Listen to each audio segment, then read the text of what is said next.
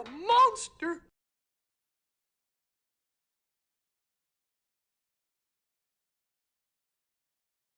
Guys, I love that. You're a monster. I'm going for some more time. Fam. You're a monster. You're a monster. But guys, welcome back to another late night stream, fam. And I'm at work, right? And I see that Liverpool are trying to sign Isak. We will be getting reactions from other football fans around the world, of course, with the video breakdowns just to this news that's come out with Liverpool. I'm pretty sure, right, the bid is £125 million that Liverpool are going to try to spend on Alexander Isak. Nightmare scenario. While Liverpool are linked, right, with the top three best striker in the world, Manchester United are linked with Nicholas Jackson. That's how low we have fallen, guys. And of course, there's going to be other football video breakdowns / reactions from Pro Direct. We're going to be looking at box to box and maybe a 1 versus 1. Guys, I love these 1 versus 1 videos, bro, because they gave me out my seat. They're so entertaining and they're also really funny. So let's just get started, right, with the 1 second. I have to make sure that there you go. Okay, the audio is good. The audio is good. So let's just get started first of all, right, with man like Fabrizio Romano. Fabrizio Romano is coming out with some bombers this morning. He posted this video, guys, 8 hours ago. I was looking forward, right, to watching this video because I didn't want to watch it at work. I actually wanted to watch it with you, man, to see the latest football news right now, because also there's links with Luis Diaz and Bayern Munich, Hugo Ekitike, all that news. So let's get started. On the transfer market today, guys, many things to say, many things to mention, from Luis Diaz to Gyökeres, but also Isak and Ekitike. Let's jump into it together. With an important story, because what happened yesterday? Monday, Newcastle present an official bid to Eintracht Frankfurt worth more than 70 million euros reported in the media, so more than this, for Hugo Ekitike. So more than 70 mil for Hugo Ekitike. Newcastle is one of these teams, right, that can take a chance on a young player like Hugo Ekitike. It's the same thing to how they did with Isak when Alexander Isak was at Real Sociedad, because like Isak's journey and Hugo Ekitike's journey actually kind of matches, to be fair, because Isak went to Borussia Dortmund, really didn't do that well, went to Real Sociedad, and then of course had a brilliant time with them. I think he was there for 2 years with Real Sociedad, while Hugo Ekitike, I think he was at Reims or like Nantes. It was a team that wore red in France. I just can't remember. I think it was Rennes or Reims, right? Went to Paris Saint-Germain. I rarely featured for them. Like, my friends who support PSG do not rate Ekitike whatsoever. They think he's an absolute flop, right? But went to Eintracht Frankfurt last season, had an incredible season with them, got them through to the Europa League semi-finals, of course, with them losing to Spurs. I think he scored twice in the home and the away fixture. Like, their journeys are actually really kind of similar. And then right now, of course, Newcastle are taking a chance on man like Ekitike. So let's see what happens. Man. Negotiations ongoing club to club from Monday, and this is a. I've just thought about this now. This is such a red flag. Guys, because if Newcastle are trying to sign another striker, right, in Ekitike, that means Isak is highly likely leaving. That means Alexander Isak is highly likely leaving. I know there's going to be Newcastle fans that don't agree with me on this, right? But just look at it, guys. They're getting a replacement for Alexander Isak. That's what they're trying to do, and it's looking maybe like, because oh my days, it's all making sense. It is all making sense because Newcastle, they've got all this money, right? They want to spend, right? But if they want to spend this money, when it comes to PSR and financial fair play, they have to make sales. They have to make sales, and if they can make a sale like Isak for 120 million plus, right, Newcastle can go crazy in the market. And yeah, bro, like, how could I not even thought of this? How did I not think of this, bro? I genuinely do think that Newcastle are preparing for the exit of Alexander Isak, and it's looking peak for us, bro. It is looking peak for the Premier League, because if Liverpool get their hands on this striker, Wirtz, Salah, freaking Isak, bro, Alexis McAllister, man. You've got Frimpong and Mildos Kerkez on the wing backs just bombing forward. Madness. Absolute madness, bro. Absolute madness, right? And yeah, yeah. Like it's just hit my head. Like it's just made. Like I've connected the pieces, guys. I have connected. This is crazy. I've actually connected the pieces because PSR is what's killing Newcastle right now. That's why they can't spend as much money because they are backed by Saudi and Saudi guys. Like I think Newcastle is the richest team in the world, right? But of course they have to sell players. That's why people they were looking at Anthony Gordon. Liverpool were looking at Anthony Gordon last summer in a transfer window because they could even go like they couldn't go even past like £60 million for Mark Gay because again PSR, bro. PSR is absolutely killing him. So let's see, bro. Negotiations with the player side. Then what happened in the recent hours is that also Liverpool called to be informed on the situation of Hugo Ekitike. Liverpool always had an interest in the player and he remains one of the options they have in the list. But Hugo Ekitike will be a Liverpool target only if they can't get Alexander Isak. Because at this stage, Liverpool are still trying to make something crazy and special happen for Alexander Isak. It's really difficult, it's really complicated. Newcastle always wanted to keep the player.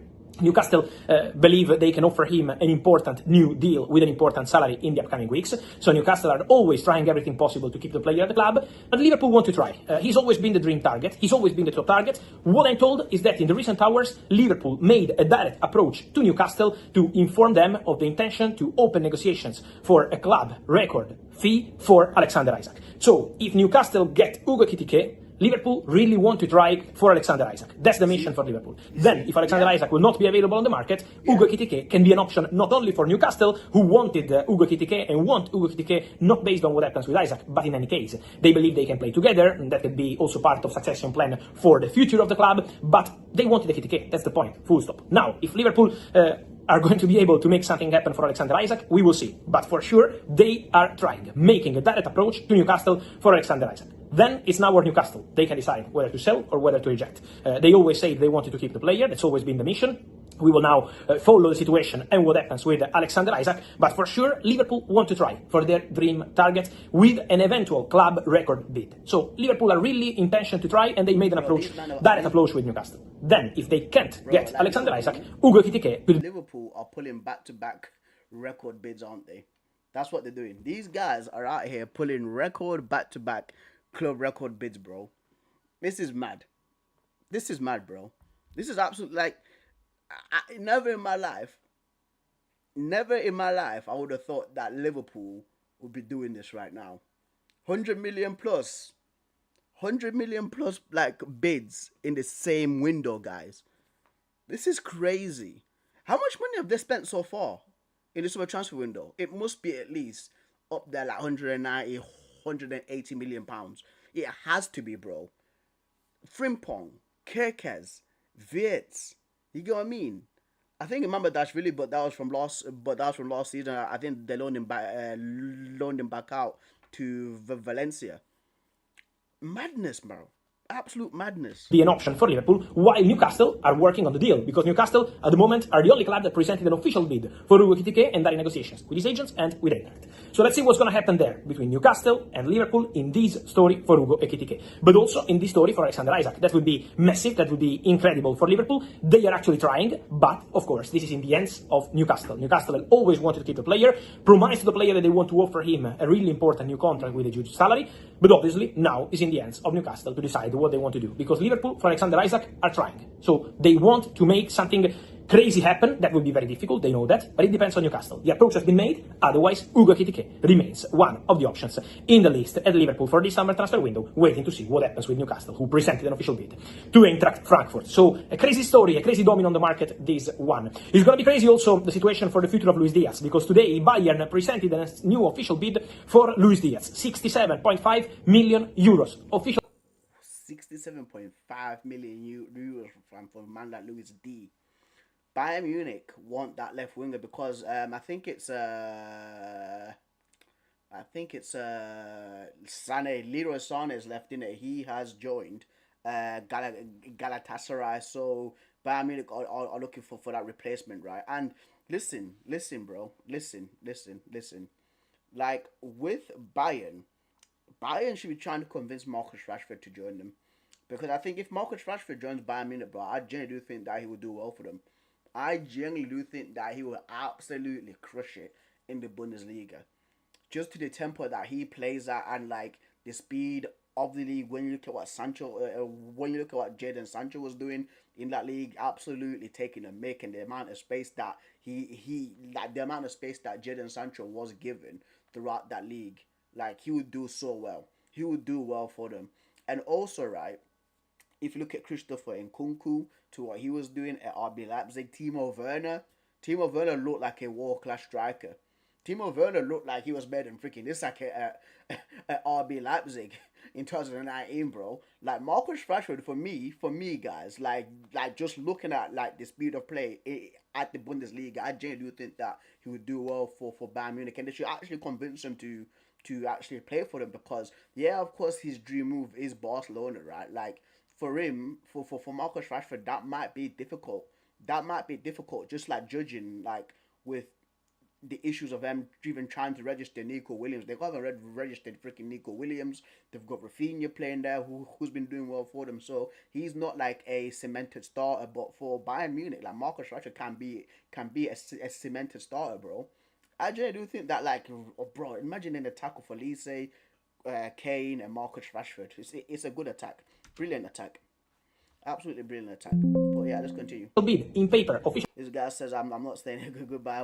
email from Bayern to What's Liverpool. going on now? Liverpool immediately rejected. Liverpool are not accepting 60, 65, 67. These numbers are not enough to convince Liverpool to sell Luis Diaz. Yo, to sell Luis Diaz, like Liverpool, Gyökeres has been permitted to go medical and will travel to London on Friday. Really, Ed? Thank you so much, Ed. Welcome to the chat. Thank you very much, my guy.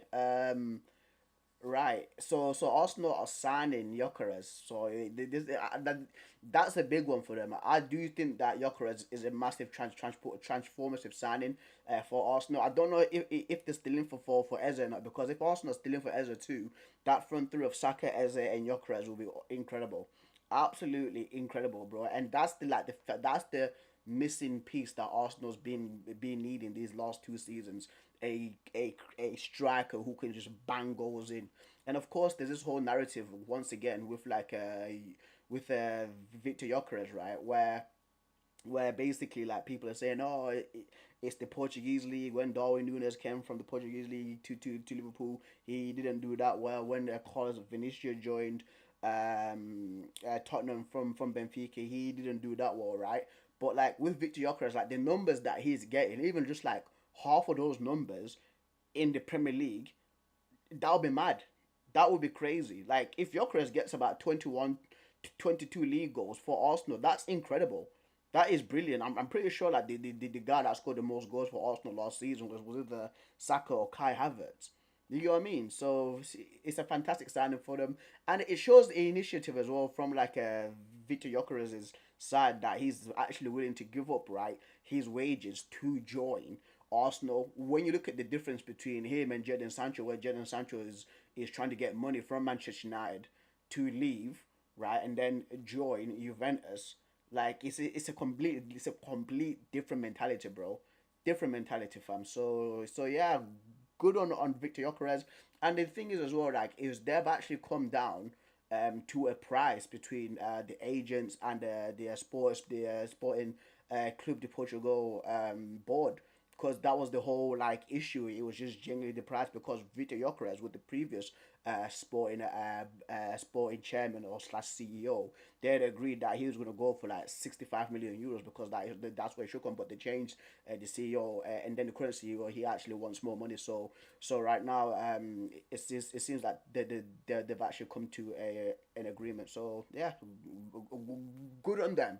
Good on them. Everybody is strengthening. Everybody around Man United, like the so-called rivals in the top six, are strengthening while we're still out here counting pennies for Brian Mbeumo. What's going on, fan? What's going on, bro? Thank you so much for popping through in this late night streams. Just true vibes, you know. Just just reacting to videos on YouTube, man. So that's the answer from Liverpool. Don't forget also Barcelona, because I hope everyone has lovely relationships with Esparza. Yeah, Barcelona remain in contact with the agents of Luis Diaz, but at the moment the deal is very expensive, so not easy at all for Barcelona, not easy also for Bayern. Both clubs remain in contact with the agents of the player, Barcelona and Bayern. They will have more round of talks, but now Bayern are going very big. The official bid has been rejected. Bayern want to attack and try again for Luis Diaz, so they are not leaving the conversation. They believe Luis Diaz can be a perfect signing, but again, Liverpool are rejecting this money, are rejecting these proposals because they believe Luis Diaz is worth more than this with 2 years left on his contract. So that's the situation for Luis Diaz. Bro, like, what Liverpool gonna do, right? If Liverpool actually do sell Luis Diaz, they might go to Real Madrid and be like, "Yo, Rodrigo, bro, listen." Seems like you're not favored here at Real Madrid. We are the current Premier League champions. Look at who we signed right now. The left wing spot is there for you free. So yeah, bro. Like Liverpool can be, bro. Like, what is going on with Liverpool, bro? Like, Liverpool can be moving absolutely brazen this summer, fam. They need to be stopped, dude. They need to be stopped, bro. Like, what is this, bro? Like, I'm just scared of this Liverpool domination right now. Like, this Liverpool domination, like, you're seeing it from like miles away, and you can just see it just coming. You can just see it coming, bro. Like, how aggressively they are moving this summer transfer window. I've never, ever, guys.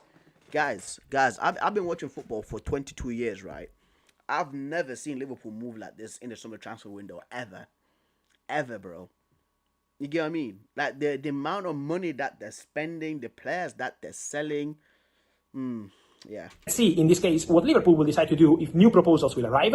And don't forget the position of the player, because the understanding is that Luis Diaz is keen and open on leaving Liverpool in this summer transfer window. That's something that he always had in his mind.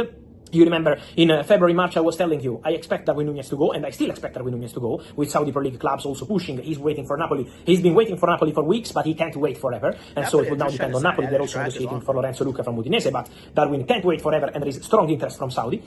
So I always told you in February, March, I expect Darwin Núñez to go, and I think for Luis Diaz, the situation will be interesting. And Luis is open to leaving. So now depends on what Liverpool want to do, because he's still under contract. So that's going to be the crucial part of the conversation for Luis Diaz. A situation to follow for sure in the next hours and days. The one of the Colombian winger with Liverpool, with Bayern, and eventually with Barca, still in contact with the agents of the player, but of course a really expensive deal, so not easy at all.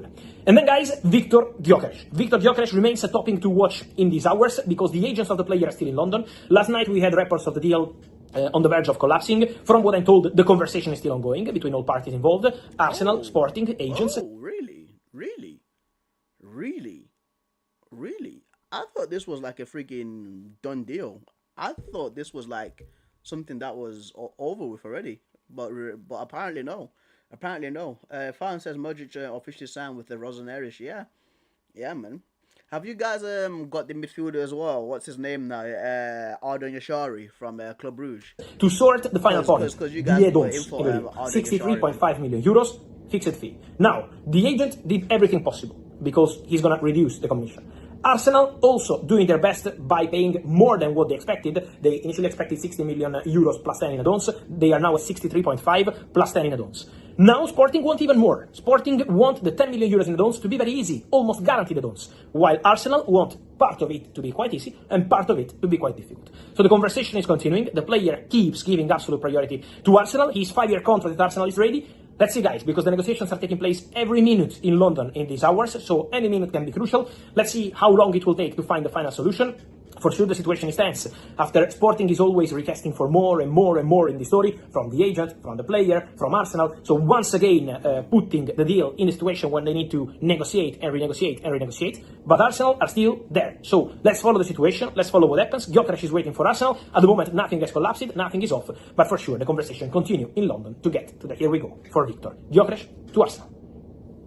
And so, guys, I'm your thoughts on all the stories from Isaac and the KTK. It's a big story, a big bomb, and also Luis Diaz, Victor Gyökeres, and more. Guys, as always, remember to like this video, turn on the notification bell, subscribe to the channel for all the latest, and see you soon here with Fabrizio Romano on the YouTube channel. Alright, we'll move straight on to the next clip, guys. Straight on to the next clip. We're on transfers and stuff. They look like they're making a move for Hugo Ekitike. I can't lie. I like the look of Ekitike. Me too. It may even only be from his goal against Spurs, but that goal against Spurs told me so much about him, just how he hits the ball and everything. He looks real good. Again, big. Listen. I know this might be crazy. I know this might be crazy, guys. I know this must be this. I've actually been disagreeing with Adam quite a bit. I actually like the guy, bro. I actually like Adam. I actually really like his content, but I've had the same thing with one guy, bro. I've had the same thing with one guy, dude. That's Darwin Núñez. Darwin Núñez, the season before he joined Liverpool, right? Like, he was on a mad one. There was one game in the Champions League against Liverpool, right, where he was 1-on-1 with Alisson, and the way like he finished the ball, it was like a side-footed slot, right? But it was like it was kind of like a dink over Alisson at the same time. If you get what I mean, let me show you guys the goal, bro. What am I doing trying to describe it when I can actually bring the goal up for you guys? The goal that my man scored, bro. Versus Liverpool, bro. Like, that goal that he scored, fam, was it was so good, dude. It was so good. Like, we got sold a dream. Yeah, it was, yeah. Even this one, the dink as well. Even this one, like the dink, guys. Like, this is how serious my man was, bro. Like that sort of finishing that this guy was doing, bro. He was like confidence, like dinking Alisson like that, bro. And then there's another one as well. There was another goal that is I think it's this one. This is the one that I was speaking about. This finish. Look at that, bro. Look at the finish, dude. Look at the finish, bro. It's like a side-footed fucking chip. It's a side-footed chip, bro. I was thinking to myself, like, who is this guy? Who is this Darwin Núñez guy, bro? But when he come and played in the Premier League, so bad. Open net misses, right? So if I were Adam, I would genuinely be careful with this, because just because of a player strikes the ball really well, it doesn't mean that like they're a lethal finisher. Don't mean they're a lethal finisher, bro. Because I saw Darwin Núñez do that against Liverpool, bro. I'm like, yeah, okay. There's something about him. And Liverpool went and spent 70 mil on my man, bro. They went and spent 70 mil on him, bro. You get what I mean? So yeah. Money though. It is. It's massive money, and obviously that link has sparked lots of talk now about Alexander Isak as well, and Newcastle going to go and spend this kind of money on a striker. David Ornstein's broke the news that Liverpool have made an approach to sign Alexander Isak from Newcastle. Liverpool say no formal bid yet made, and they're well aware that Newcastle... Please, for the sake of the Premier League, please refuse this. No matter how much money they throw at you, man, refuse this, man.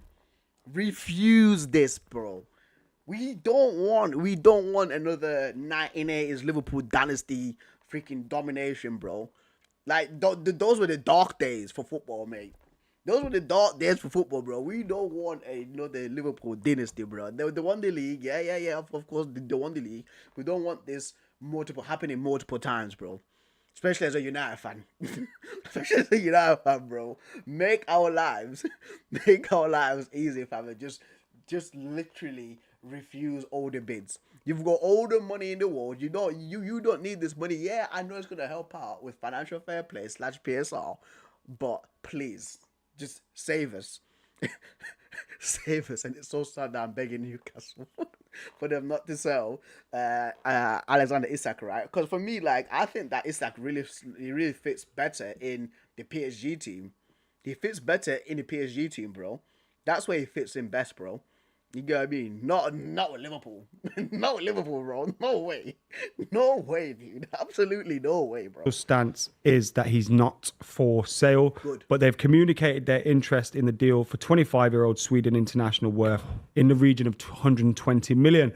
But there are further updates from the likes of Fabrizio Romano. They should just take the piss and just do what Real Madrid and Barcelona do, bro. 1 billion really price tag release clause. That's what they should do. That's what they should do, bro. That's what they should do, man. One else.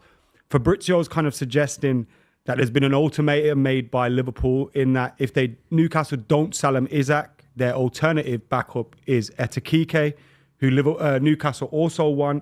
There's also been talk that they're willing to spend more than they spent on Florian Wirtz as well for Alexander Isak. It's outstanding. Ready to go big for him.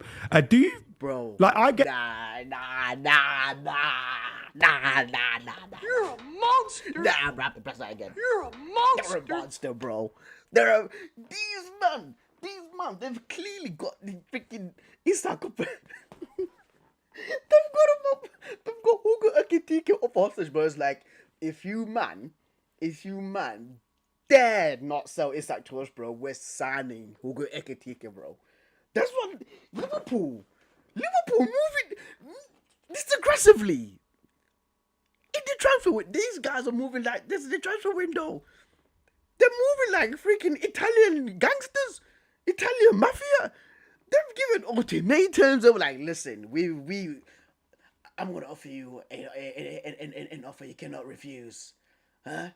Okay, I'm gonna offer you, an offer you cannot refuse, bro. You've got freaking Slot moving like Don Carlo. What is this, bro? Ultimatums now. Is that what we're doing? Threats, bro. What are we doing? My gut feeling has always been, Isak don't leave Newcastle for another English club. But if Isak starts to rock the boat a little bit, that move could easily happen this summer. Do you see it happening though? I could see a world it happens, because you're right about the Premier League thing. In a normal world, then he should be going to Real Madrid or Barcelona, but the money isn't there for those Spanish sides. Bayern Munich aren't really interested. Italian clubs can't afford that kind of money. So really, I know what you're saying. And they're missing out one team, guys. They are missing out one team. That's Paris Saint-Germain. It's PSG. It is PSG. It's like fit so well in that PSG team. It's unbelievable. It is absolutely unbelievable, bro. As a striker, for them, man, yeah, dude. Like people just forget this, Like obviously, right? PSG have not signed anybody this summer. We've seen what's happened to them versus Chelsea, so they are going to need to strengthen. And for me, the only the two areas that PSG can strengthen is centre back and striker. The midfield is perfect. They've got a brilliant right back. They've got a brilliant left back. They've got Marquinhos as a centre back. William Pacho is there, but he's still young. A brilliant goalkeeper. Like PSG is still there for Alexander Isak. Newcastle should be in their remit to not be selling to a Premier League rival, particularly how good Newcastle look next season. But actually, Liverpool are the only club that can really afford £120 million. And if Newcastle want to cash in, which they might have to for certain financial reasons, obviously on a sporting level, they don't want to sell their best player, of course not, but they might be tempted. £130 million. It's a lot of money. Also, there's one way Newcastle fans kind of looked at them winning the League Cup last year as this could be the start of something. We could build from here. But then players that want to leave can kind of go, well, this is the perfect time for me to leave because I've helped you win a trophy and now I can leave with your blessing and stuff.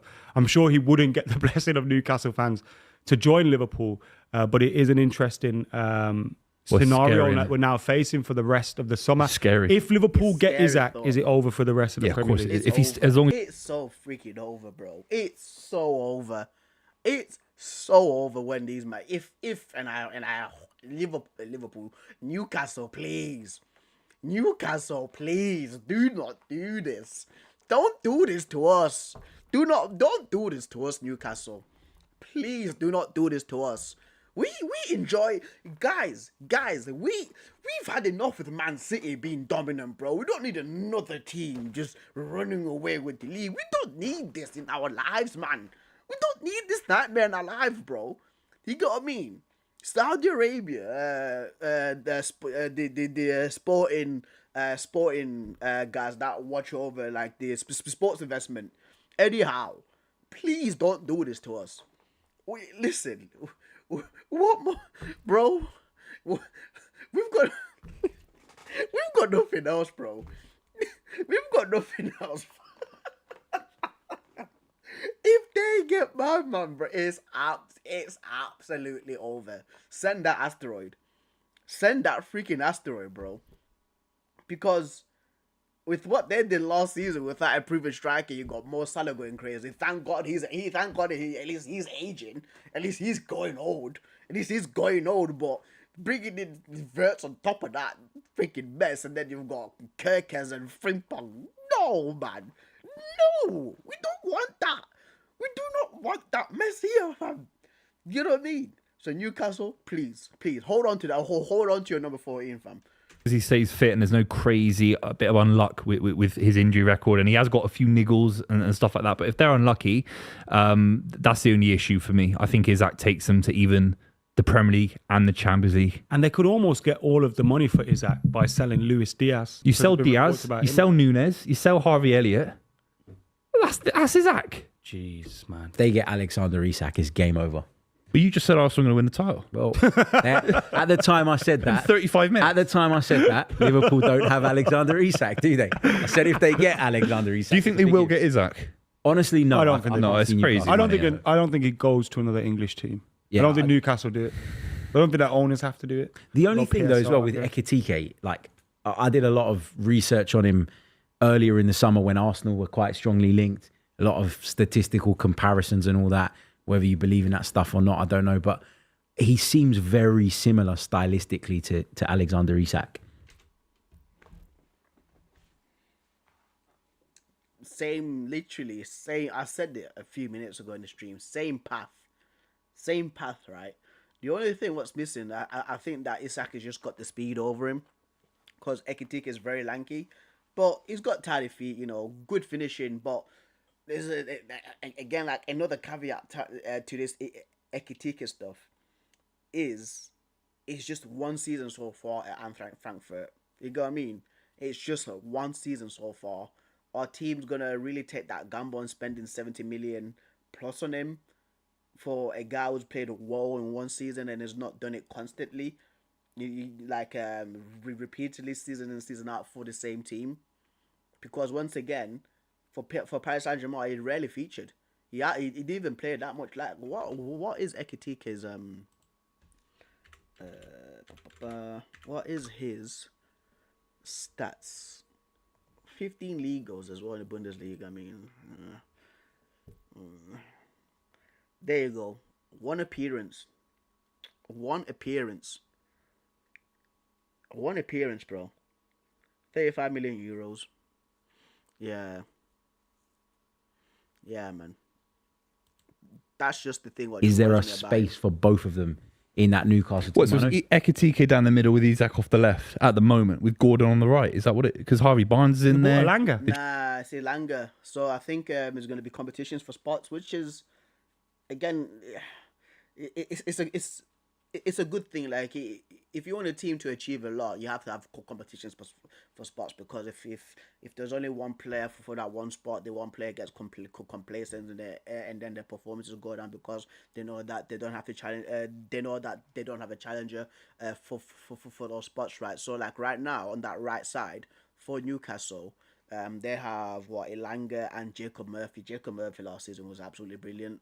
For me, he was definitely my most underrated player and most improved player. And then on the left side, there is of course Harvey Barnes and Anthony Gordon. People, there's a majority of people that don't rate Harvey Barnes. I do think that the guy's a brilliant player. He's just unlucky with injuries. And then right now, like Newcastle are trying to get like a secondary striker for Alexander Isak, because I think it's Callum Wilson that his contract expired. They didn't extend his contract too. Just signed Elanga for big money. Like, I know that Ekitike has played in a front two before, and I know that actually him and Isak, because they're both very intelligent players, could probably form some kind of combination play. But I just worry that he's quite similar to Alexander Isak, and the fact that Newcastle are willing to spend this kind of money, it makes me wonder what might happen with the Swede. he is young as well, so you could let Isaac go next summer, for example. Like, he's so young, this kid, but instinctive finisher, He was great really- goal record. You can't let Isaac might go now, because he was great with Marmoush up top.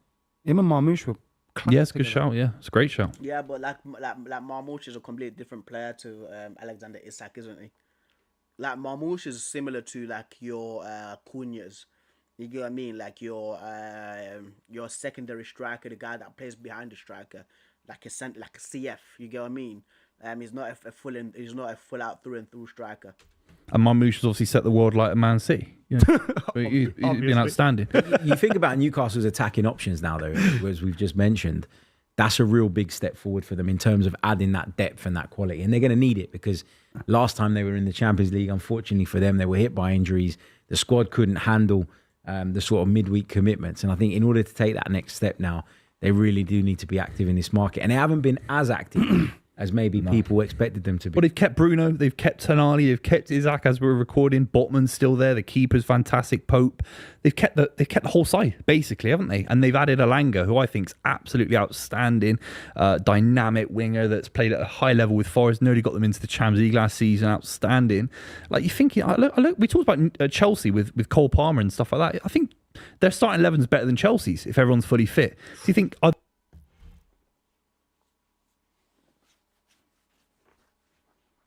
What? Am I hearing that right? Am I hearing that right? Am I hearing that? Huh?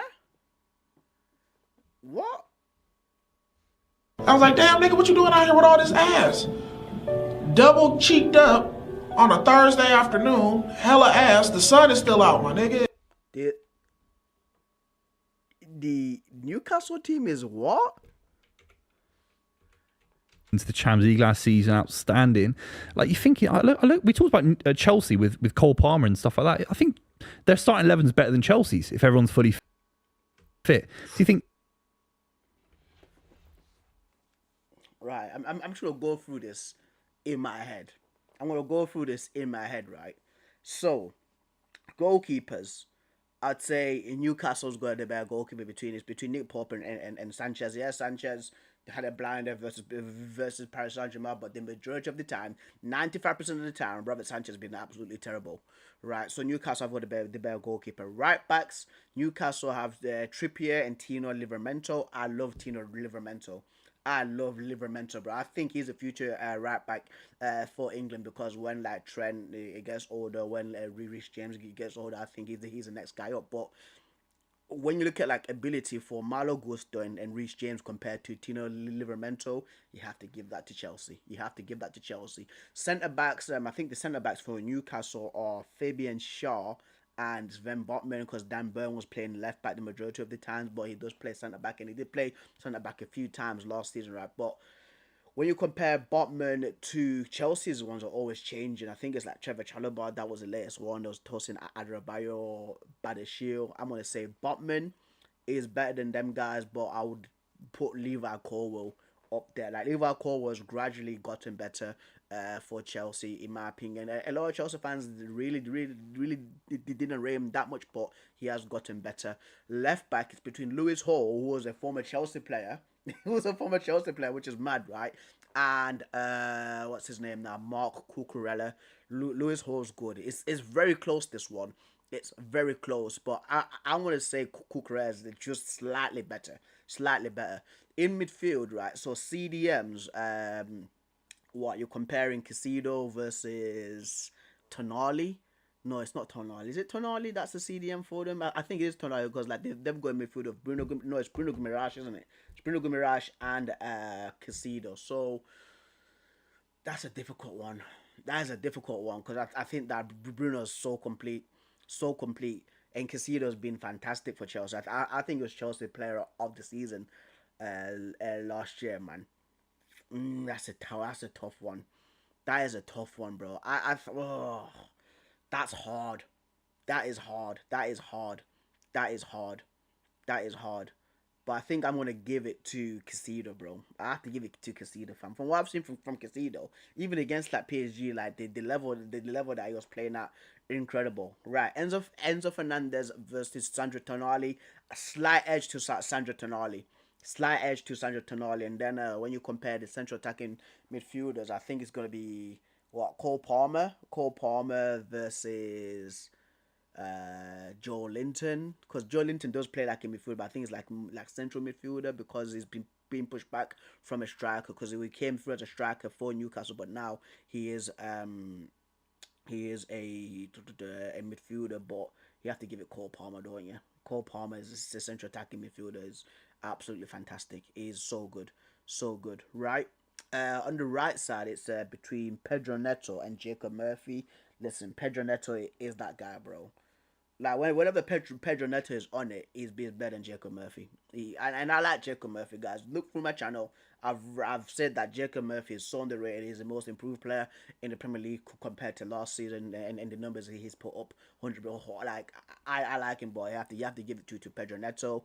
And I think that's 6 for Chelsea. While on the left side it was Sancho versus Anthony Gordon, because I'm going for their last season's starting 11, because also Madueke is left as well, but there has to be Anthony Gordon. That's better. And then there's also Isak. So it's like 6-5, slightly close. Chelsea for me have got the better 11, and that's close, but not. Come on, man. Come on, bro. Come on, dude. Are they in a title race? It's a They good have to be. debate for another day, you know. That. Surely. They won a cup against Liverpool. They competed in the Champions League the season before. Obviously, they didn't go that far, but they got a Champions League side, and they've added quality to it. It's outstanding. I think these guys should be looking to win the Premier League title. I know it's crazy saying that, but if they all stay fit, You're not why? crazy, movie. You're not crazy, fam, for not saying that, because I've said a similar thing. When Newcastle got into the Champions League like 2 seasons ago, I said like the only way for them is up. The only way for them is up if they can recruit correctly, right, and have the correct players. Because Eddie Howe, for me, I think he's a good manager. I genuinely do think that Newcastle have got a chance to win the Premier League. I've said this multiple times throughout my channel. Can't they go on a run? Just being able to juggle the like you say, you have to. And people might think like I'm batshit crazy, but I'm actually deadly serious. I think, of course, like you've got the three, like the monster trio, is what I like to call them now, in Arsenal, Chelsea, in Arsenal, Liverpool, and Manchester City, right? Like they're the monster trio, right? But like Newcastle can crack into that, bro. They can crack into it, like but it's not crazy for you to say, Boovy. Used to juggling the 2 tournaments, innit? And if the Champions League takes over and players get fatigued and stuff, if you haven't been there before, or even as a manager, course, yeah. Eddie Howe hasn't been there before. Like, Yeah. it's difficult, innit? It is difficult, but the transfer window's heating up absolutely nicely. Why does Luis Diaz want to leave Liverpool so badly? It's That's the tricky. thing Not I'm first wrestling choice. with in my mind. Also, Bayern Munich is. Look, Liverpool are fantastic and they're league winners and title holders, but you're more guaranteed trophies at Bayern Munich. I think I'd rather stay at Liverpool. I really do. Yeah, I yeah. think Luis Diaz as well, he's such a likable player. He's clearly got that relationship with the Liverpool fans. He obviously went through all that stuff with his dad and, came through that. And I think that in part helped him create this amazing bond with them. Yeah. He's energetic. He's everything that the Anfield crowd absolutely love. And I just think if I was him, I don't know if I'd want to give that up to go to Bayern Munich. I think some players cut. But Bayern as well, like Bayern fans too, they are hardcore, Like if you're a good servant to Bayern Munich, like Bayern Munich fans treat you with like respect as well. Like they will love you, right? But it is a very good question to like, why does like Luis Diaz want to leave Liverpool? And again, I don't know if he wants to leave like Liverpool or not. I'm just going off with the statement to what that guy said, right? But like, it's kind of strange though. Like even like Liverpool are listening for offers for Luis Diaz, which is something that I don't know what Liverpool fans are think about this, because I think there's like Luis Diaz and Cody Gakpo that play on the left side, because Cody Gakpo's still knocking around, right? Maybe is it just like his spot is uncertain because maybe he wants to be like this starting left winger for Liverpool over Cody Gakpo? Like, why is this? Why is this, man? Or maybe he just doesn't like England. Maybe he just doesn't like the weather because once again, like South American players sometimes do struggle living in England, especially like when you go up in with like Di Maria. Like Di Maria hated Manchester, bro. He hated Manchester, dude. So listen, I don't know what it is. You get what I mean? Maybe there's something going on behind the scenes between Arne Slot and Luis Diaz. Maybe these guys do not get along. Who knows? Who knows, bro? Especially when they ride. Like, please, Liverpool fans, please, let me know, right? Why is this the case? Why is this the case, bro? Like, why are Liverpool listening for offers for Luis Diaz? Because this is something. Because again, we're just the outside looking in. You get what I mean? Like maybe you guys might know something that's happened. You get what I mean? So please let us know. Living Europe, obviously from South America, like Diaz has, maybe he just wants that trip around. He wants to go to Germany, maybe end up in Italy. Sometimes you see that with players, don't you? It's not necessarily a footballing decision. He just wants a life experience. I mean, Bayern Munich, a massive football club. Yeah. I think he'll also be looking at maybe some of the signings that Liverpool could still make in the market. And think, am I going to even start? I think Gakpo has to start on the left for me, and Salah's obviously always going to start on the right. If Wirtz plays as a false nine, or they sign, let's say they sign a Mateta or an Isaac, let's say that happens, suddenly it's like, does he even start football matches? Yeah, I wouldn't be surprised as well if Wirtz at times was used from the left. Yeah, which kind of impacts inside, him. Which again, impacts and again, him. this, like you just mentioned, is... Yeah, and that's the thing too. Like, we actually spoke about this when Florian Wirtz signed for Liverpool, when that he would go was confirmed. Like, we actually did like a deep dive on Florian Wirtz, like especially on the heat map side. Like, with Florian Wirtz, he likes flowing off from the left, going in centrally. He's never like central a lot. He likes staying out on that left hand side. You get what I mean? Plus, he's ball footed too. Like, because I genuinely thought the first time when I seen Florian Wirtz that he was left footed, but no, he's actually as comfortable on his right with his with his right than his left. You know, I think he's 29 soon, or in like start of next year, Diaz. So it's his last big contract as well. And if Liverpool aren't going to bump, he's probably seen how they dealt with Trent, seen how they dealt with Van Dijk, Salah.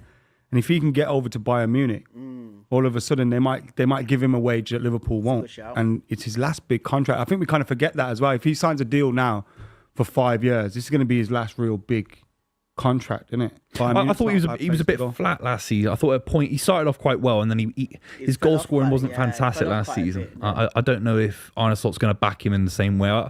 He fell off the ball a little bit in big games, didn't he, Diaz? If Salah didn't have a great game, most of the time he did, but it felt like Diaz never picked it up in the same way Mane would have a few years prior. So I think he might just be a touch flat there as well. I don't know if he's going to start games. But one of the things that we praised Liverpool for last season particularly was their strength in depth in those forward areas.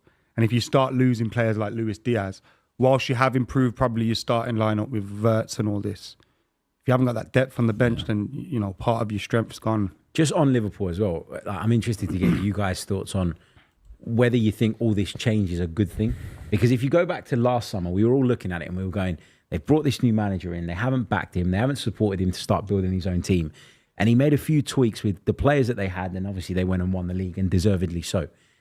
Now you're looking at this summer and you're talking about quite a bit of change now.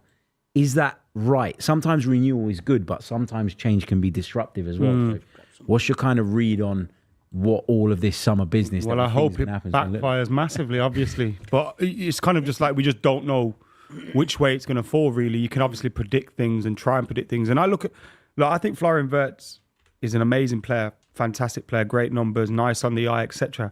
But that's a really big money deal. Like, that could have an impact on itself. Florian Wirtz, that might get in his head. You don't know. We've seen players react differently to big fees. So it depends how kind of like these transfers adapt. I agree. Like the one that I was interested in was I agree with Adam on this. Like on Saturday, I was having a conversation with my cousin because we're going B&Q, and of course we all speak about football, right? And I said that, like, with Florian Wirtz, a lot of people are saying, yeah, you know, he's joining Liverpool, but it's a lot of money, right? And usually players, right, that come from the Bundesliga to the Premier League, they never do well, guys. They never do well. It's only like two guys that I can count from the top of my head who've actually bowled out in the Premier League. That's Marmoush and Haaland. Everybody else has flopped. Like, when you look at Christopher Nkunku at Chelsea, Kai Havertz at Chelsea. You get what I mean? There was a Timo Werner, if I didn't mention him. Like, there's sort of Jadon Sancho in Man United. Like, there's the majority of players that come from the Bundesliga to the Premier League, they never fare well. Maybe because, again, it's just the tempo or like of the league. Like, it's like different speeds because, like, in the Bundesliga, right, players have a lot of time on the ball.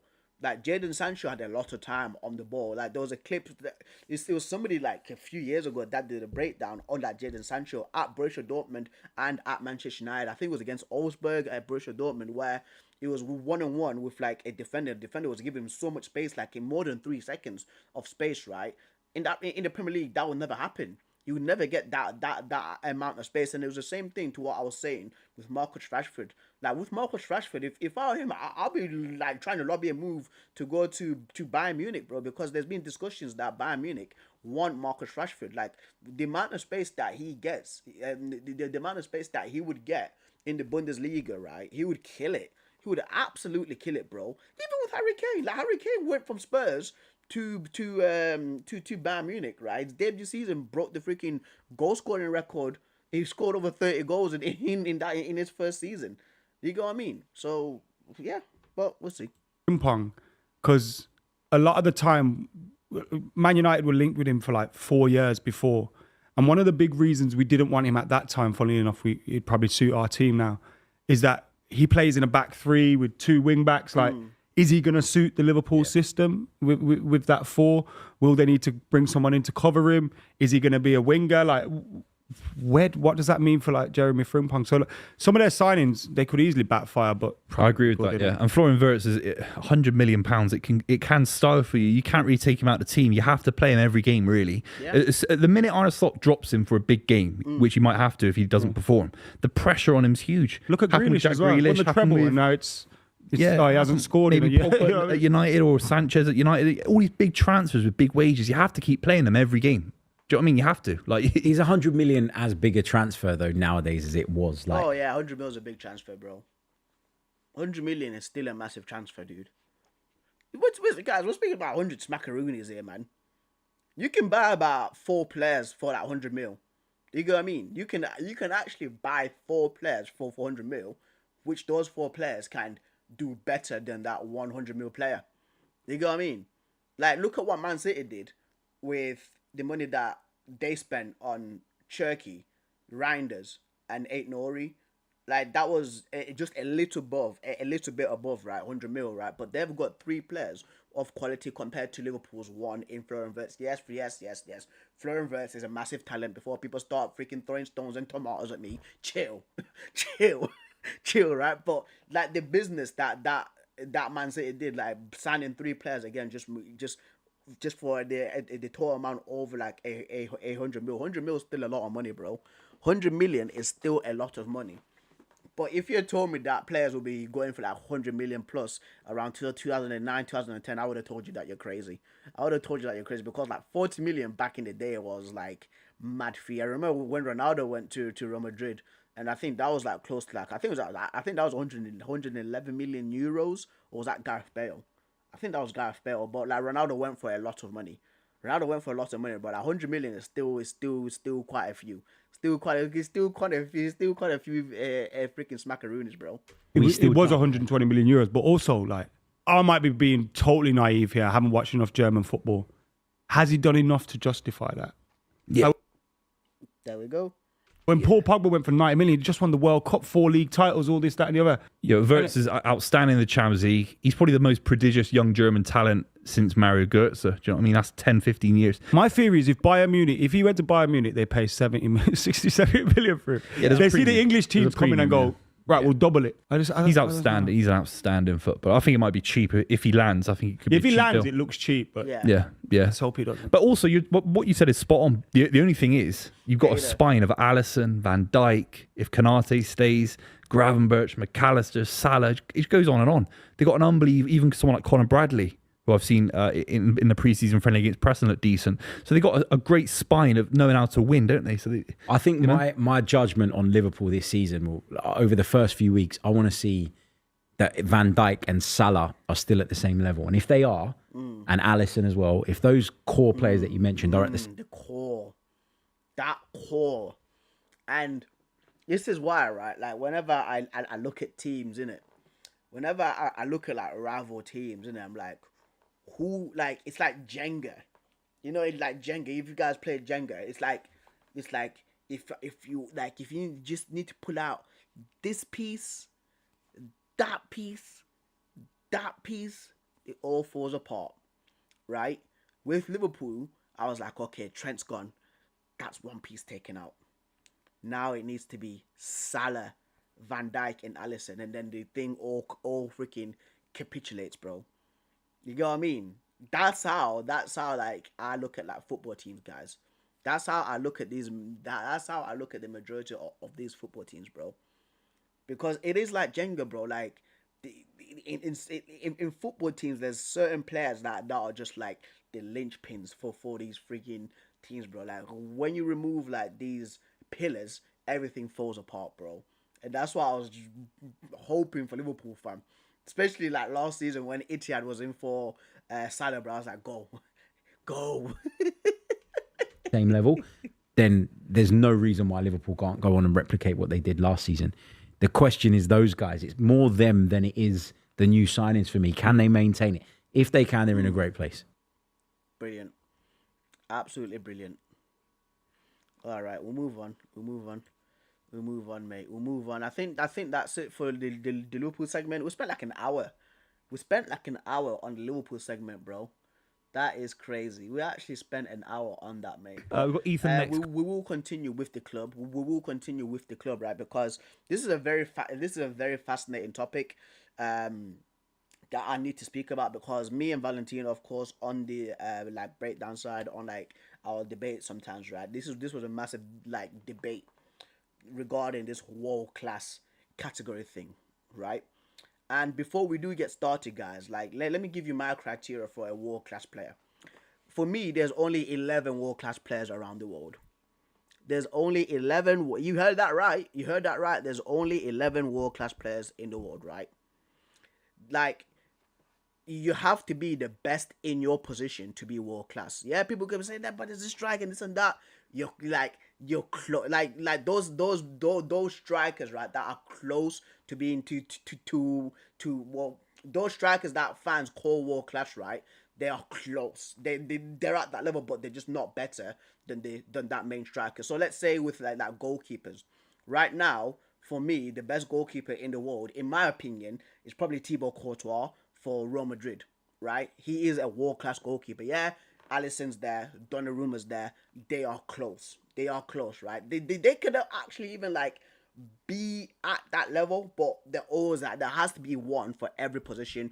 Right back, people might say like Trent Alexander-Arnold, which for me I would actually agree with, or even like Hakimi for Paris Saint-Germain.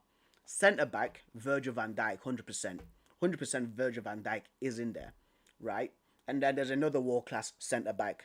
Maybe your Marquinhos, maybe your Saliba, right? But, like, there has to be 11 players that are world-class, bro. Because you get all these kinds of mad things now where people are saying, oh, this player's world-class after one game.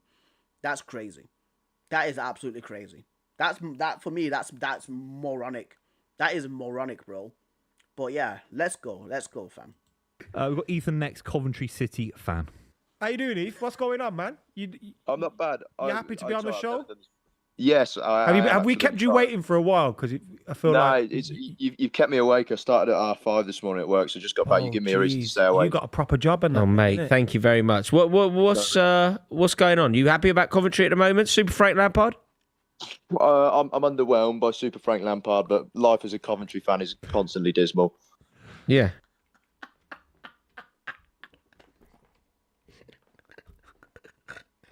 Oh no! Rory's face that killed me, bro. Lampard, but life as a Coventry fan is constantly dismal. Yeah. What's going on? You happy about Coventry at the moment? Super Frank Lampard? I'm underwhelmed by Super Frank Lampard, but oh no! Life as a Coventry fan is constantly dismal. Yeah. It is. I I don't have a lot of faith in us, but He wanted to say, yeah, I love Frank Lampard. That's why he wanted. It's all right. We'll go again next season. We'll get to some sort of close final. Yeah, and I don't want you there celebrating when Frank brings you to the Premier League after that attitude. Do you know what? I hope he does, but I seriously don't see it. What is it about? He doesn't rate him. He doesn't rate Lampard, bro.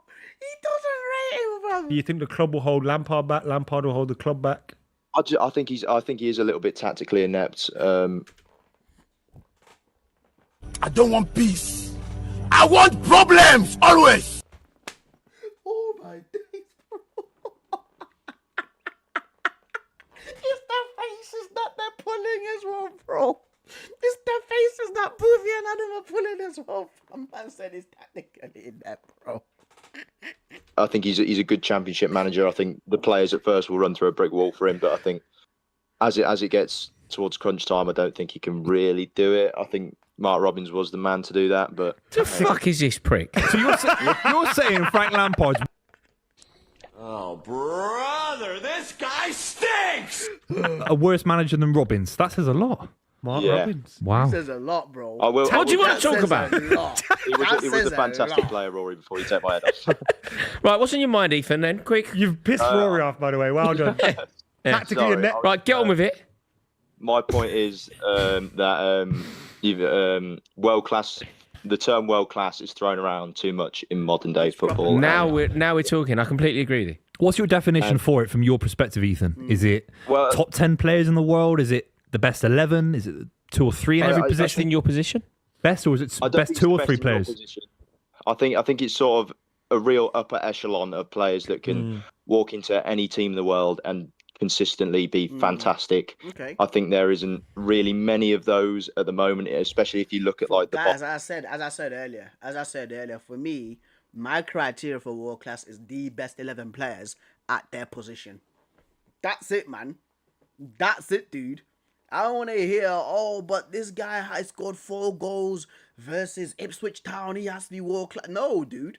For one game. No, man. Like the term, that term world class is proper thrown around everywhere. It's proper thrown around everywhere, bro.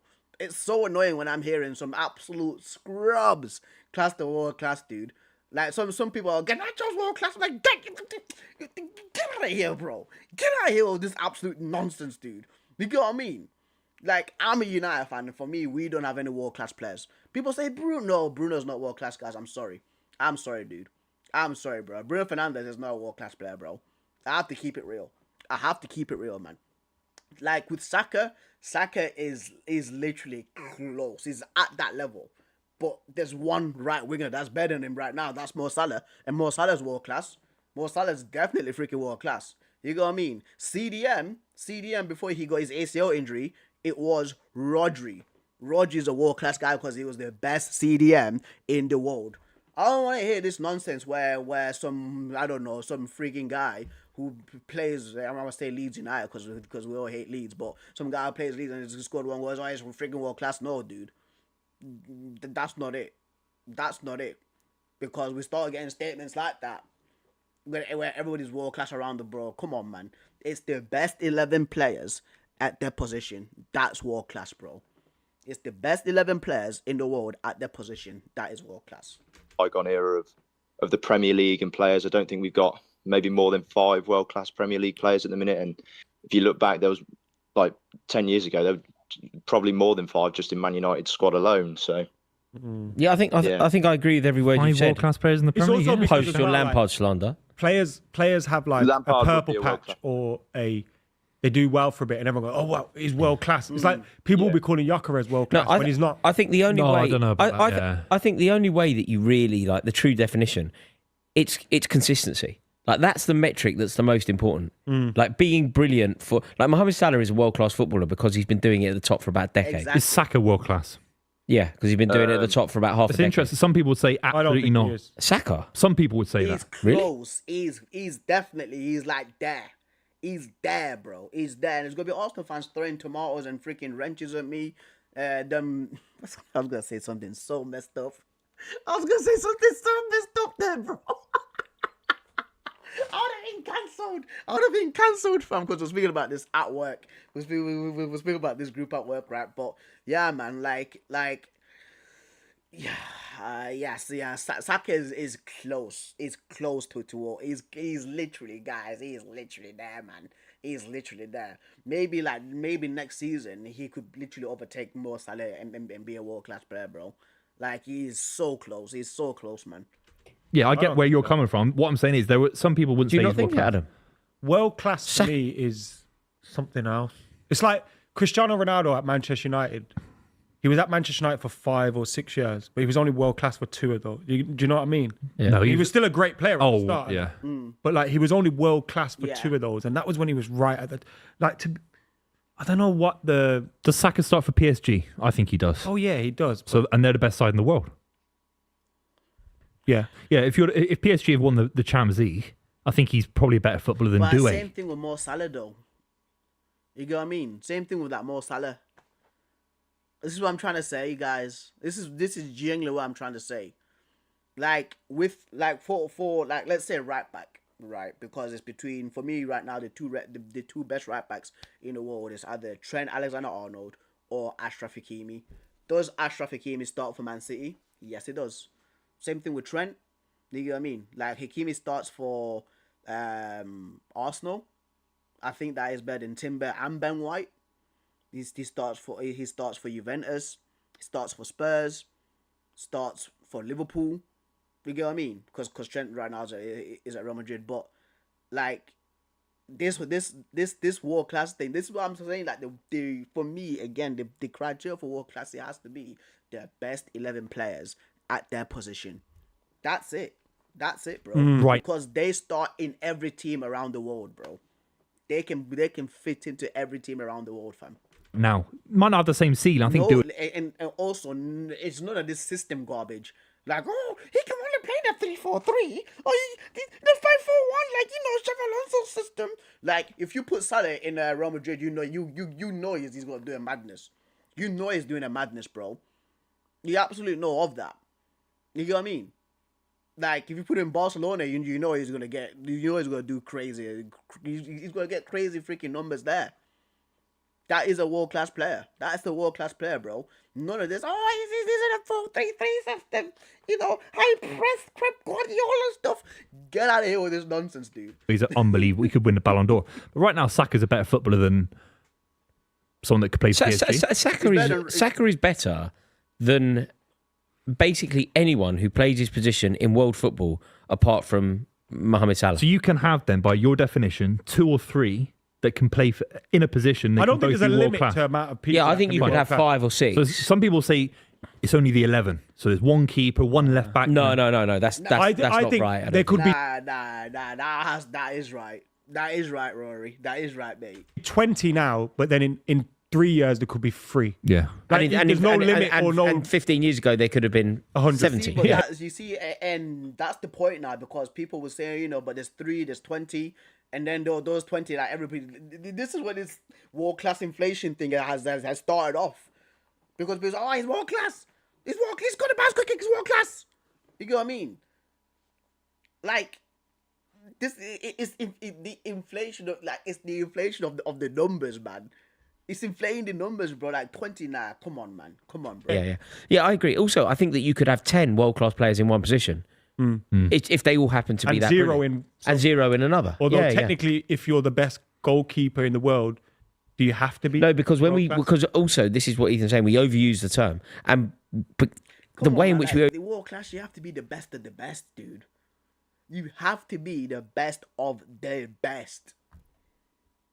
Because there's nothing like what other thing is there? Elite, legendary, ultimate mode. What other level is there? You know what I mean? Maybe it's elite. Maybe it's elite, bro, where you've got Ronaldo and Messi. There's just them 2 men there. Like, there's no... Come on, man. I've used the term is, I think that the term world class has to cross generations. But then I think it's almost become like legend, isn't it? It's like everyone calls their mate in the Premier League, Tony down the pub a legend. But really, like, he gets overused. All right, look, to buy into what Ethan's saying here, he's saying that it's only it's overused. That term world class, I would say so that in the Premier League, world-class footballers, Virgil van Dijk is world-class. Yeah, Virg is definitely world class. Van Dijk is the best centre back in the world right now. People will try to put in there Bastoni. I like Bastoni. Before I start getting pelters from the Milan fans, I like Bastoni. But I don't think he's better than Virgil van Dijk. I think Van Dijk is better than Saliba and Gabriel. You know what I mean? Like, Virgil van Dijk is the best centre back in the world. Can I ask you, is Cole Palmer world class? No. Yes. Fuck off.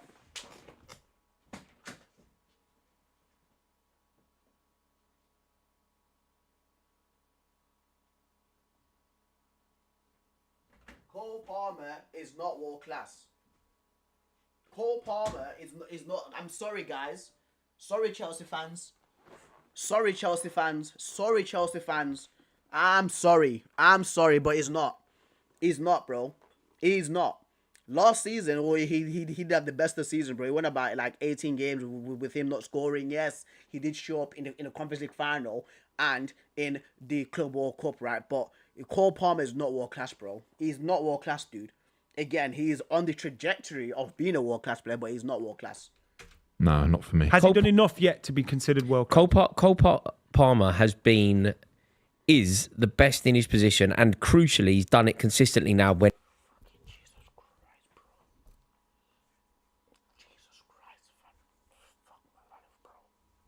What is this, bro? he's been given the opportunity, he's had 2 full seasons at Chelsea. Is he better than Bruno? Not at a European level, not in the Champions League. He scored in the European final for England. Oh, come on, Rory. No, it's not the same. It's not the same as playing 50 games in the Champions League. It's not the same. It's not the same. It was an amazing goal. He didn't even start the game, did he? I mean... Ethan, do you think Cole Palmer's world class? Yes, I do, yeah. Yeah, I do. Does he start I for think you have PSG? to achieve something and do something. I don't Cole think, Palmer don't starts for everyone in the league, in the world.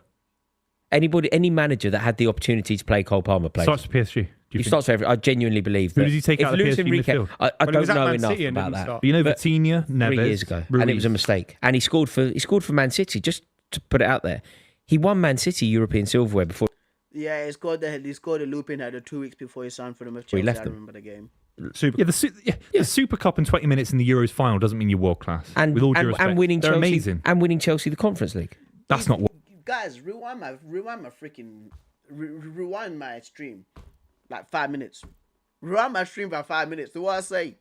He scored that bicycle kick versus Everton, so now he's world class. He scored that bicycle. That's why he's world. No, fucking no, bro. No. This is exactly what I meant. This is exactly what I meant, bro. What's going on, Fahad, bro? What's going on, lad, fam? He ain't starting City. These guys. World class.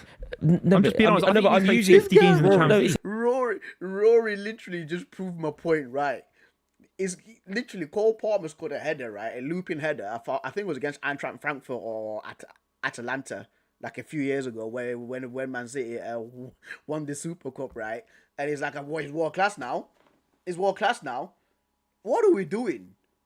Honestly, what are we doing, guys? Why do we throw this world class term around? This thing has to be earned." Once again, like Cole Palmer is on a brilliant trajectory to being a world-class player, but he is not world-class, man. It's an interesting debate. Bruno Boovy, Fernandes world-class? I'm using these as examples. Bruno's not world-class too. Bruno Fernandes is not a world-class player, bro. You know what I mean? To demonstrate that every time he's had an opportunity, Oh, so he's yeah, of given an course. opportunity in the Conference League, and he takes the game by the scruff of the neck and literally drags Chelsea to victory. He has an opportunity. He's brought on by Southgate in very difficult circumstances, losing against Spain, and he scores a beautiful goal. Yeah. He played for Man City in a European final and he won it for them. He's played for Man City against Arsenal at Wembley and he scored for them there as well in the Charity Shield. These are amazing moments. Doesn't make Exaggerate a you world point to class. make a point. Was Matt Letizia world class? Yeah, of course he was. Of course He was never world class. Matt Letizia. Not if you play for Yeah, I think your Southampton. definition. I think this is it. It's being he barely overused. played for England. He never played a game in the Champions League. Champions League is the highest. Are you not world punishing him for loyalty?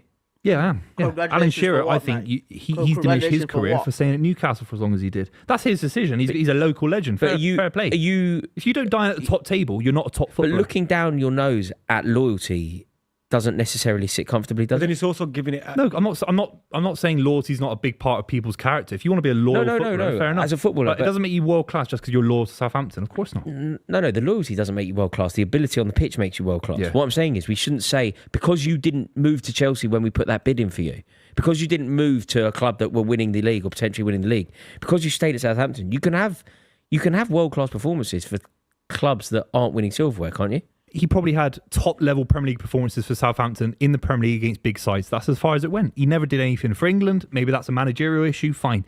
And he never played in the Champions League. That was maybe his decision or someone else's to not sign him. Either way, he never played.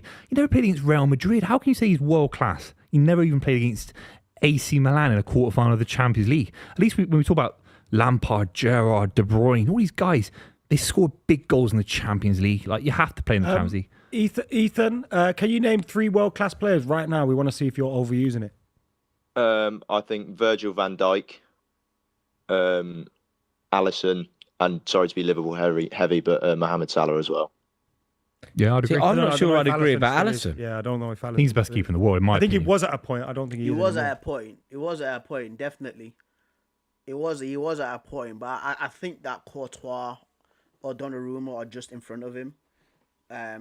For me, I just won the NBA championship on 2K in finals and basketball skills recap. Come shut up, bro. This guy, dude.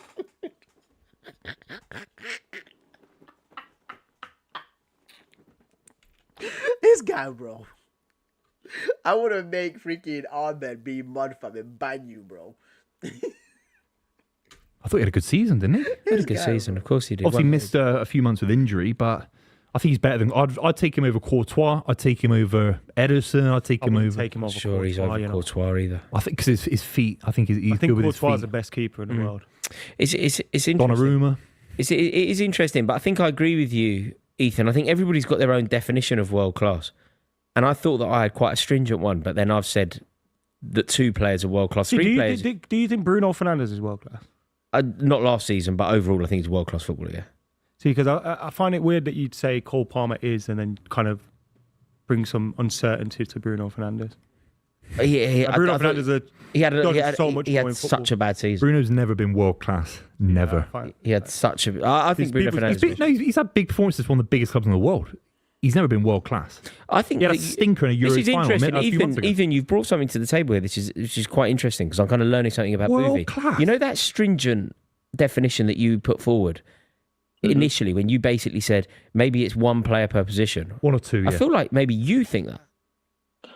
That's in my your view. opinion, That's my view. so in your opinion, do you believe that there's probably would you only label between 11 15 and players at a 20 time. or I think 15 there's only and 20? about 20 world-class players. I think 1 or 2 in every position.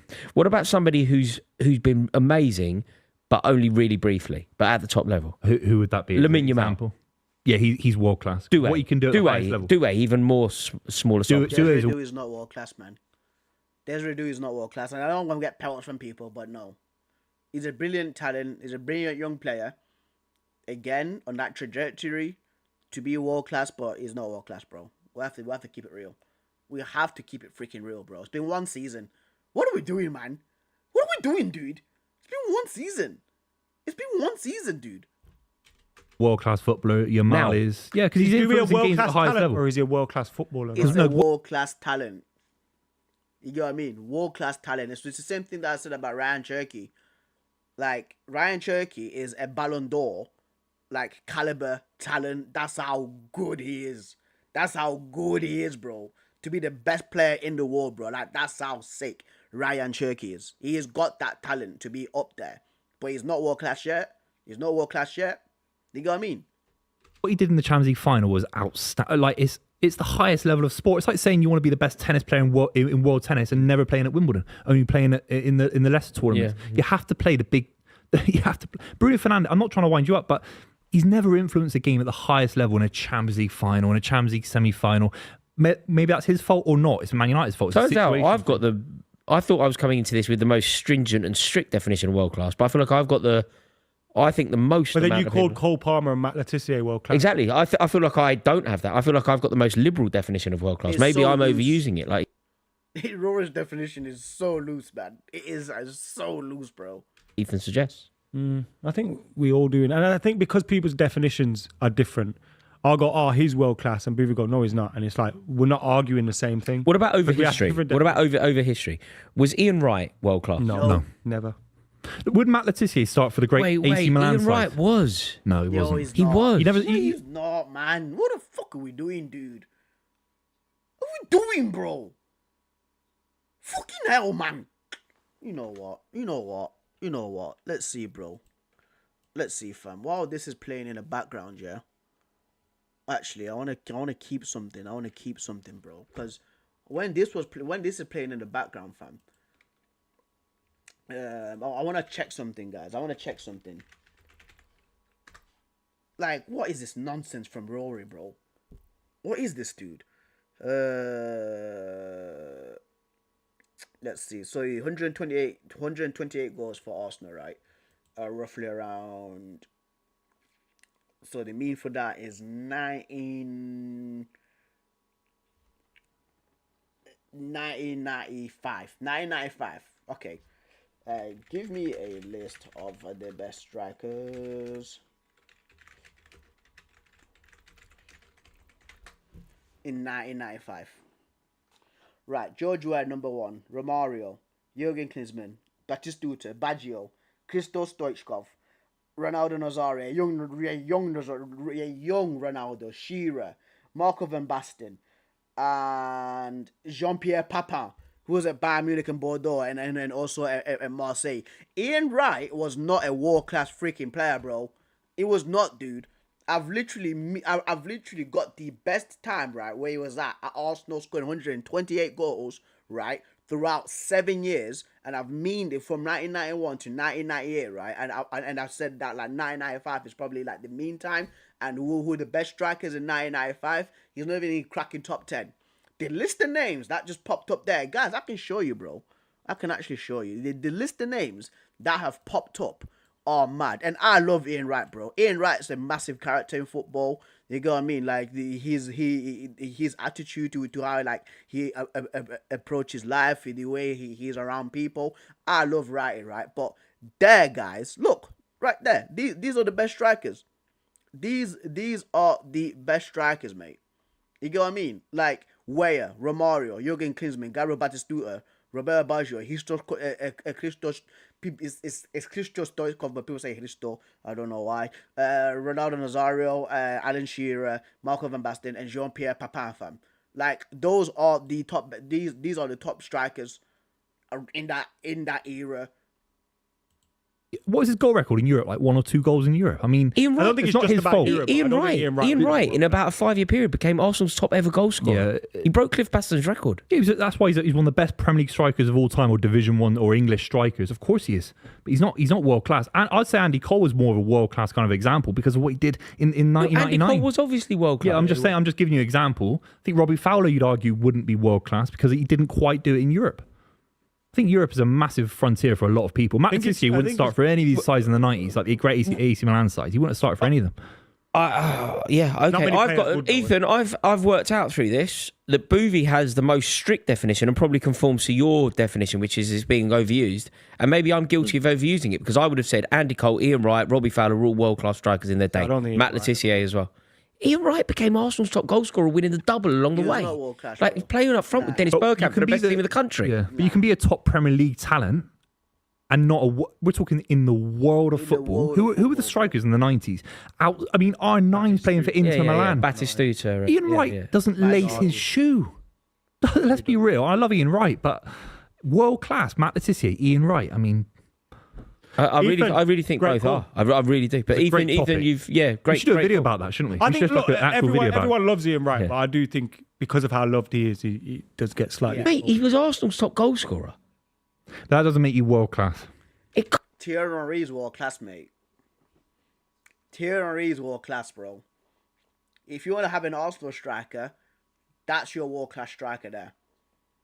This guy was given the business. Like Ian Wright, I've never seen videos of Ian Wright giving the business to Real Madrid, Barcelona, freaking AC Milan, Inter Milan. Henry was giving lefts and rights to everybody, bro.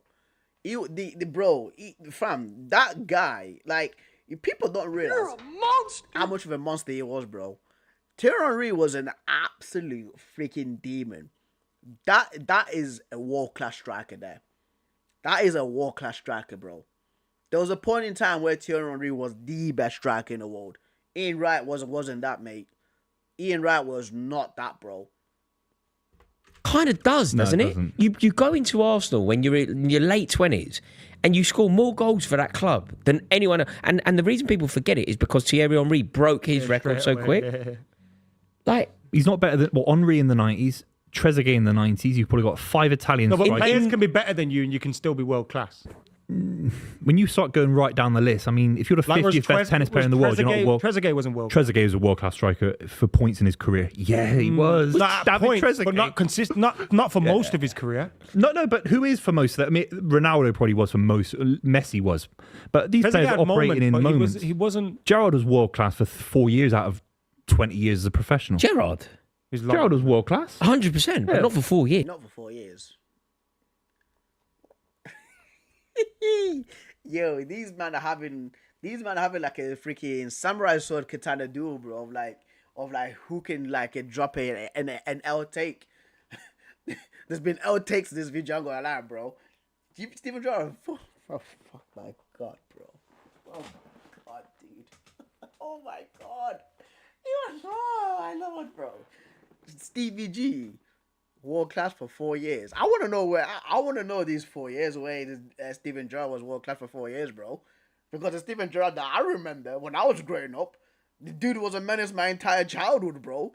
This dude was a freaking menace my entire childhood, fam. I remember, I think it was like 2009 when they battered Real Madrid 4-1 and they scored this time for a finish. I mean, United, fam, for fuck's sake. Speaking about Steven Gerrard, bro. You have to be real. Steven Gerrard world class for 4 years. There was times where I think there was a time where he came that second place for the Ballon d'Or. Like, what are we doing, bro? What are we doing, fam? And then he's got the goal. They got freaking goal to say that Ian Wright, world class. What are we doing?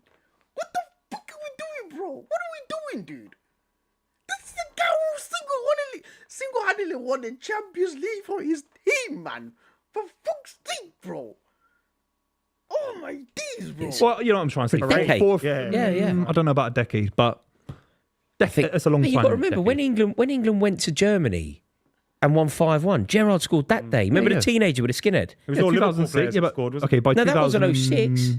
That was 01. That was a qualifier for 2002. Oh, you're talking about the Germany 5-1? Yeah, of course. Yeah, that was like 01. Of course, he was. By 2011, he was still world class. He's done it for. Gerrard's a bad example because he was consistently world class. But there are some players that have peaks. An interesting chat. He's taking it back. Okay, he's taking it back. He's taking that one back. Okay, movie. Okay. That's not your. And you're right. We should have done it. We should do that as a video. I think I'm in the middle of used to. Yeah. Somewhere. You've got about 1,000 geezers are world class. I'm world class. No, you're not. Yeah, we're all world. We've got 1,000 geezers. They're all world class. Lee Trundle's world class. No, he's not. You are world class. He's Swansea's top scorer. He's world class. No, what my definition of like a good Premier League striker, you're saying, right? You know when I said Ian Wright world class, and you're like, no, he's a good Premier League striker. A good Premier League striker for me would be Jermaine Defoe, Darren Bent, Ollie Watkins. Like they're good Premier League footballers, but they're not beyond that. Ian Wright's closer to Jermaine Defoe than he is to R9, to Lewandowski, to Suarez. He's closer to Jermaine Defoe and Darren Bent. He's better than them, but I disagree. And his trophy haul disagrees as well. His trophy haul, like winning the double at Arsenal, he disagreed. Like winning the double at Arsenal, beating the Man United team, beating that Man United team. These guys on the continent don't care about that. Do you know what I mean? Champions League matters. The list that I've just rounded off, right, for strikers. Look at this. George Weah, bro. Romario, Jurgen Klinsmann, Batistuta, Baggio, Stoichkov, Ronaldo, Alan Shearer, Marco van Basten, and Jean-Pierre Papin, dude. Like, what are we doing? Come on, man. I'm going to agree with one of us, and I'm terrified that they're going to be you. Well, I think people will agree with you, but it's because they won't. Because we've mentioned Ian Wright, and Ian Wright is like, everyone loves Ian. It's like people try to tell me he's better than Andy Cole. It's like, where are you coming from? Like, it's not. Andy Cole's world class. for a couple of years. Andy Cole is your example of a player that had a period of world class. Yeah, if you're scoring goals against Barcelona and stuff like that, it's like For the best team in the country, and then That's why I think he's so underrated, Andy Cole. He's the only English striker. But so obviously Harry Kane has done it since, but like at that period of time, that was smashing it in the Teddy Sheringham, was he World Cup? Of course he was. Exactly. Of course he was. He was better than Ian Wright. You don't think? Teddy Sheringham wasn't world class. He was an amazing player. He wasn't world class. Of course he was. Jeez, we got to move on. That's tricky. Yeah, we're moving. Oh, it's our mate. It's mad though. Teddy scored Hanif. four goals in I that. just like what's the video now. I just like how the guy was on the phone and just kept quiet the entire time. It's like, yeah, I'm just gonna let this guy speak. 99, and all of them were. Of course, he was a world class player, Teddy Sheringham. Though he's like, So I don't know if he was. of course he was. Think about what he was doing for England. His first name on the team sheet under Venables. No, he was amazing, and he changed that number 10 role a Mate, he's little playing bit for in England. But Ethan, you might have actually produced a video for us if you're still there, because I feel like this could be something that we actually debate. He's still there. He was still there the entire time. Properly. Bro. That's crazy. All right. Move on to the next one, bro. We're cooking. We are cooking with fire, bro. We're cooking with fire today, bro. We're cooking with fire, fam. So the next video, right, is Everybody just is Chelsea are the biggest club in London. I love these debates between Arsenal and Chelsea fans. I love these debates, right? Because for me, because of course, United supporter, got one of my close friends supports Liverpool, man like Reader. We all have a back and forth about this, right? Like when it comes to like biggest club, right? Like what is the criteria?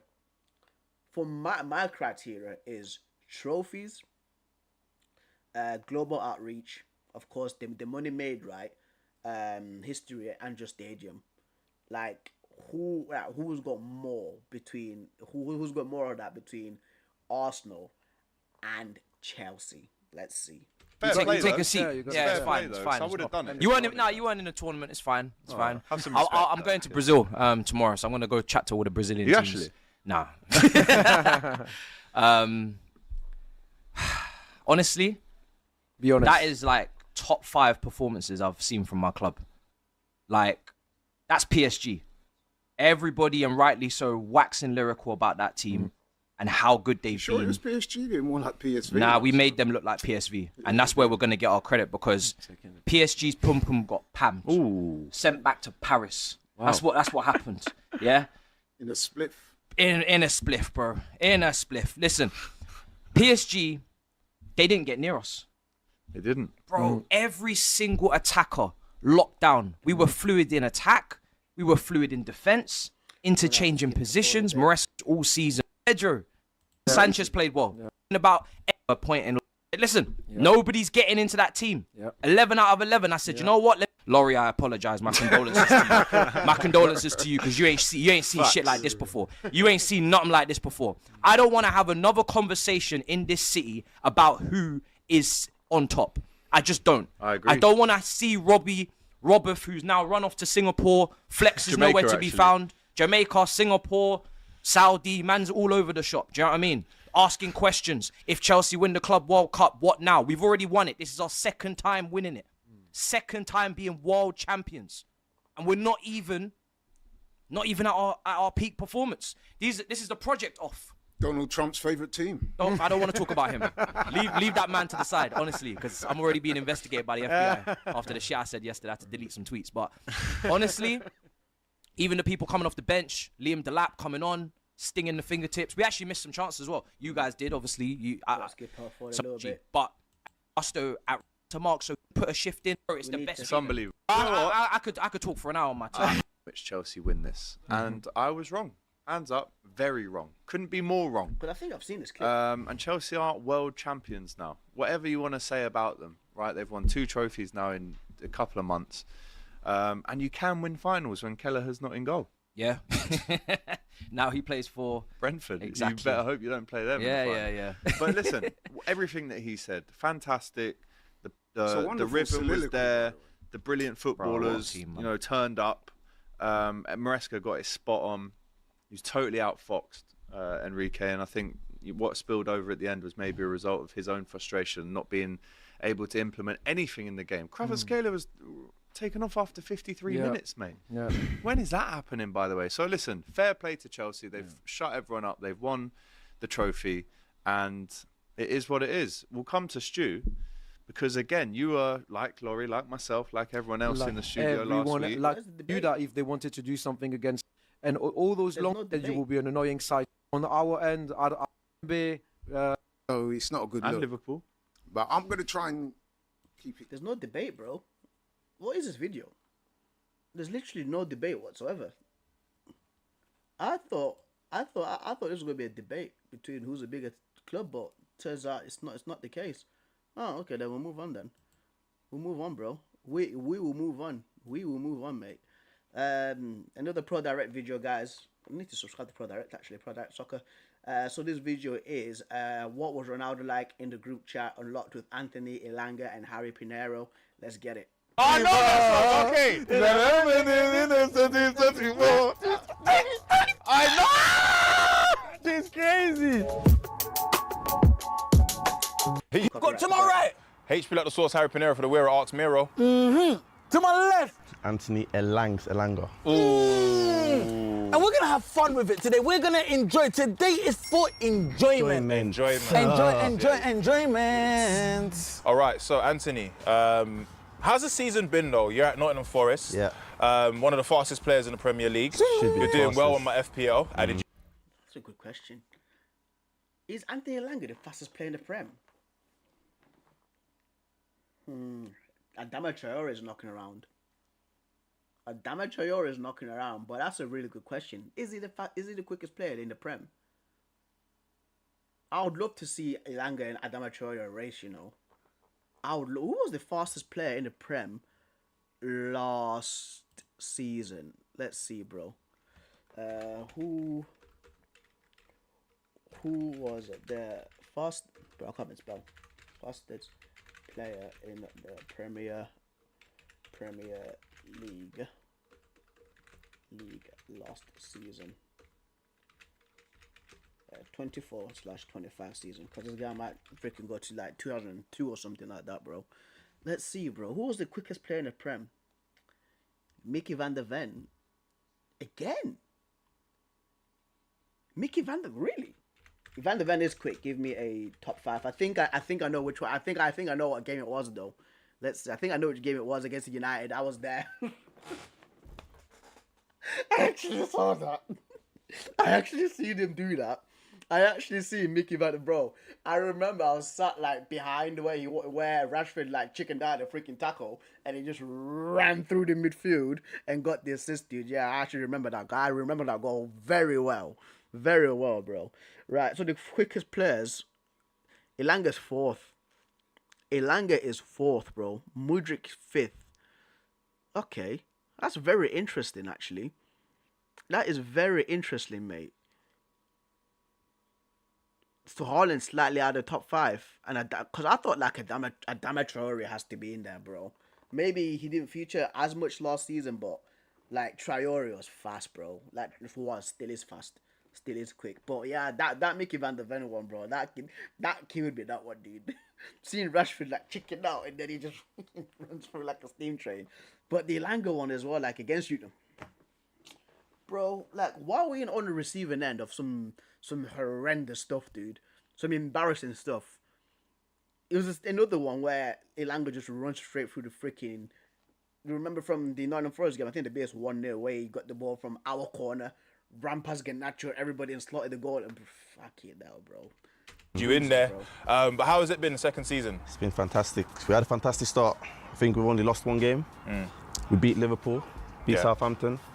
Currently, I think we're 9th or 10th in the table. We're doing really well, man. Yeah. We're doing really, really well. Yeah. Do you feel like because you've got like a great relationship as players and as friends, that it's showing on the pitch? 100%. I don't know if you guys have seen on TikTok or Instagram, but the vibes at the team is just fantastic, and I think that's showing on the pitch as well. We've got a good relationship on and off the pitch, and I think that's really helping. I feel like if you lot bring me into the changing room, it will make a little difference. I feel like I've been saying this. I feel like I don't need to play. No. I just do the warm up, do training, come in there, do a little jokes, we do a little Premier Gal. Oh my days, bro. PK Humble's 2 jokes, bro. PK Humble is actually jokes, bro. Man said. It's all those ping pong noises or something, dude. Oh, deuxième gars. Dombolo. Dombolo. Man saying Dombolo, bro. The Africans get it, bro. The Africans know what Dombolo. Dombolo, Dombolo, hey. Guys, I one of my best friends is Congolese, so I get the reference. I get the reference, bro. Freaking PK Humble, fam. And then that's it, you know. I don't know about that. You don't know. You think I don't know about Willow Long Gone Back?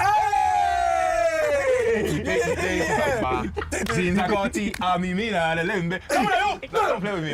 All right. Okay, cool. So we're gonna do unlock. Yo, bro.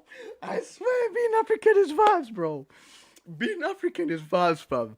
Everybody in Africa gets that freaking reference. Everybody in Africa gets that dance, bro.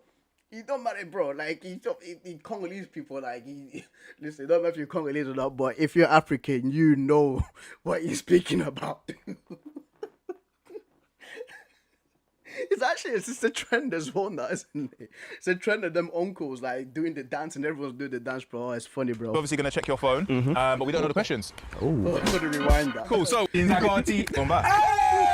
You know, I don't know about Dombolo. Dombolo. And then that's it, you know. I don't know about that. You don't know. You think I don't know about Willow Long Gone Back?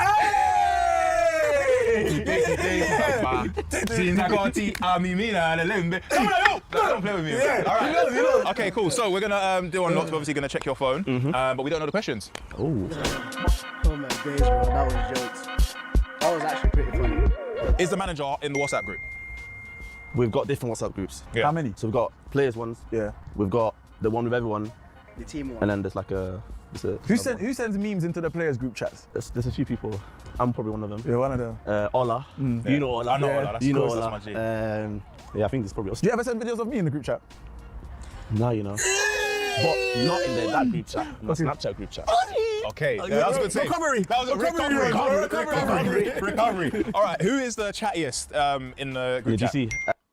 Oh, who's the chattiest in the group chat for Northern Forest? Oh, who talks and who looks like they speak a lot? Who looks like they speak a lot, bro? I'm stumped, you know, because when I'm looking at those Forest players, man, like Matt Sells, it don't seem like he speaks a lot.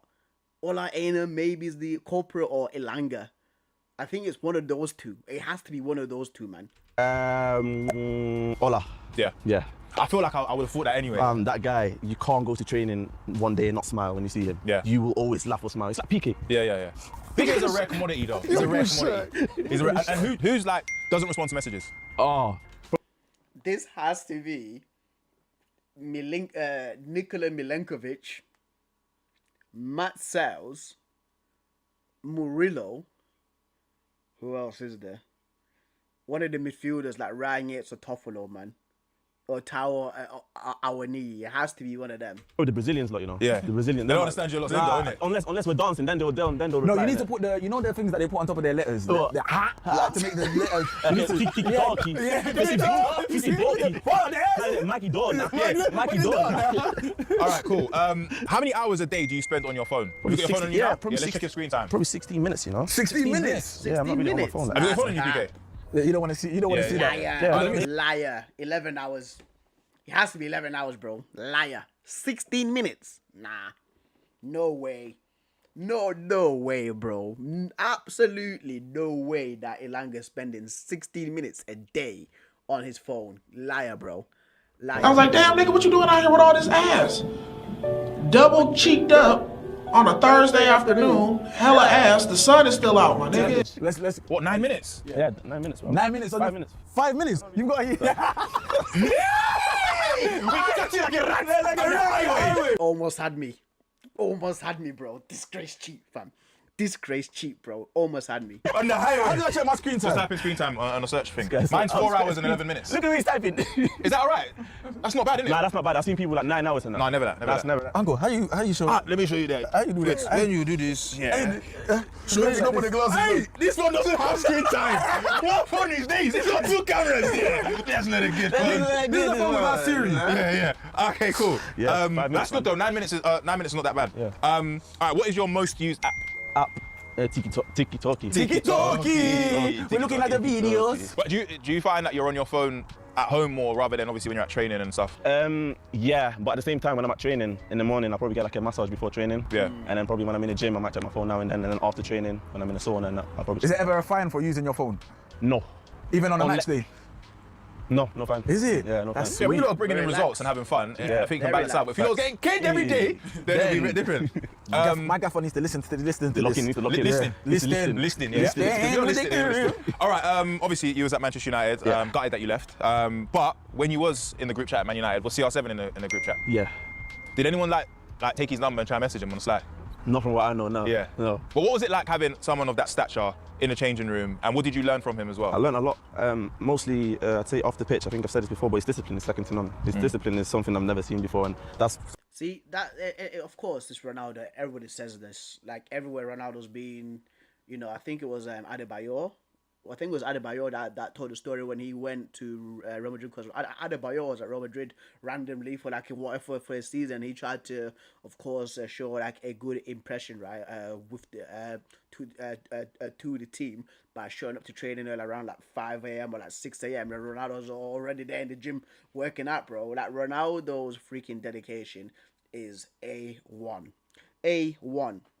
And I'm glad that Elanga is actually speaking about this right now, about Cristiano Ronaldo when he was at Manchester United, because there was a thing, right, that came out. It was an article when Ronaldo returned in the 21-22 season, where he was actually trying to give guidance to the younger players, right? But a majority of these younger players, or a majority of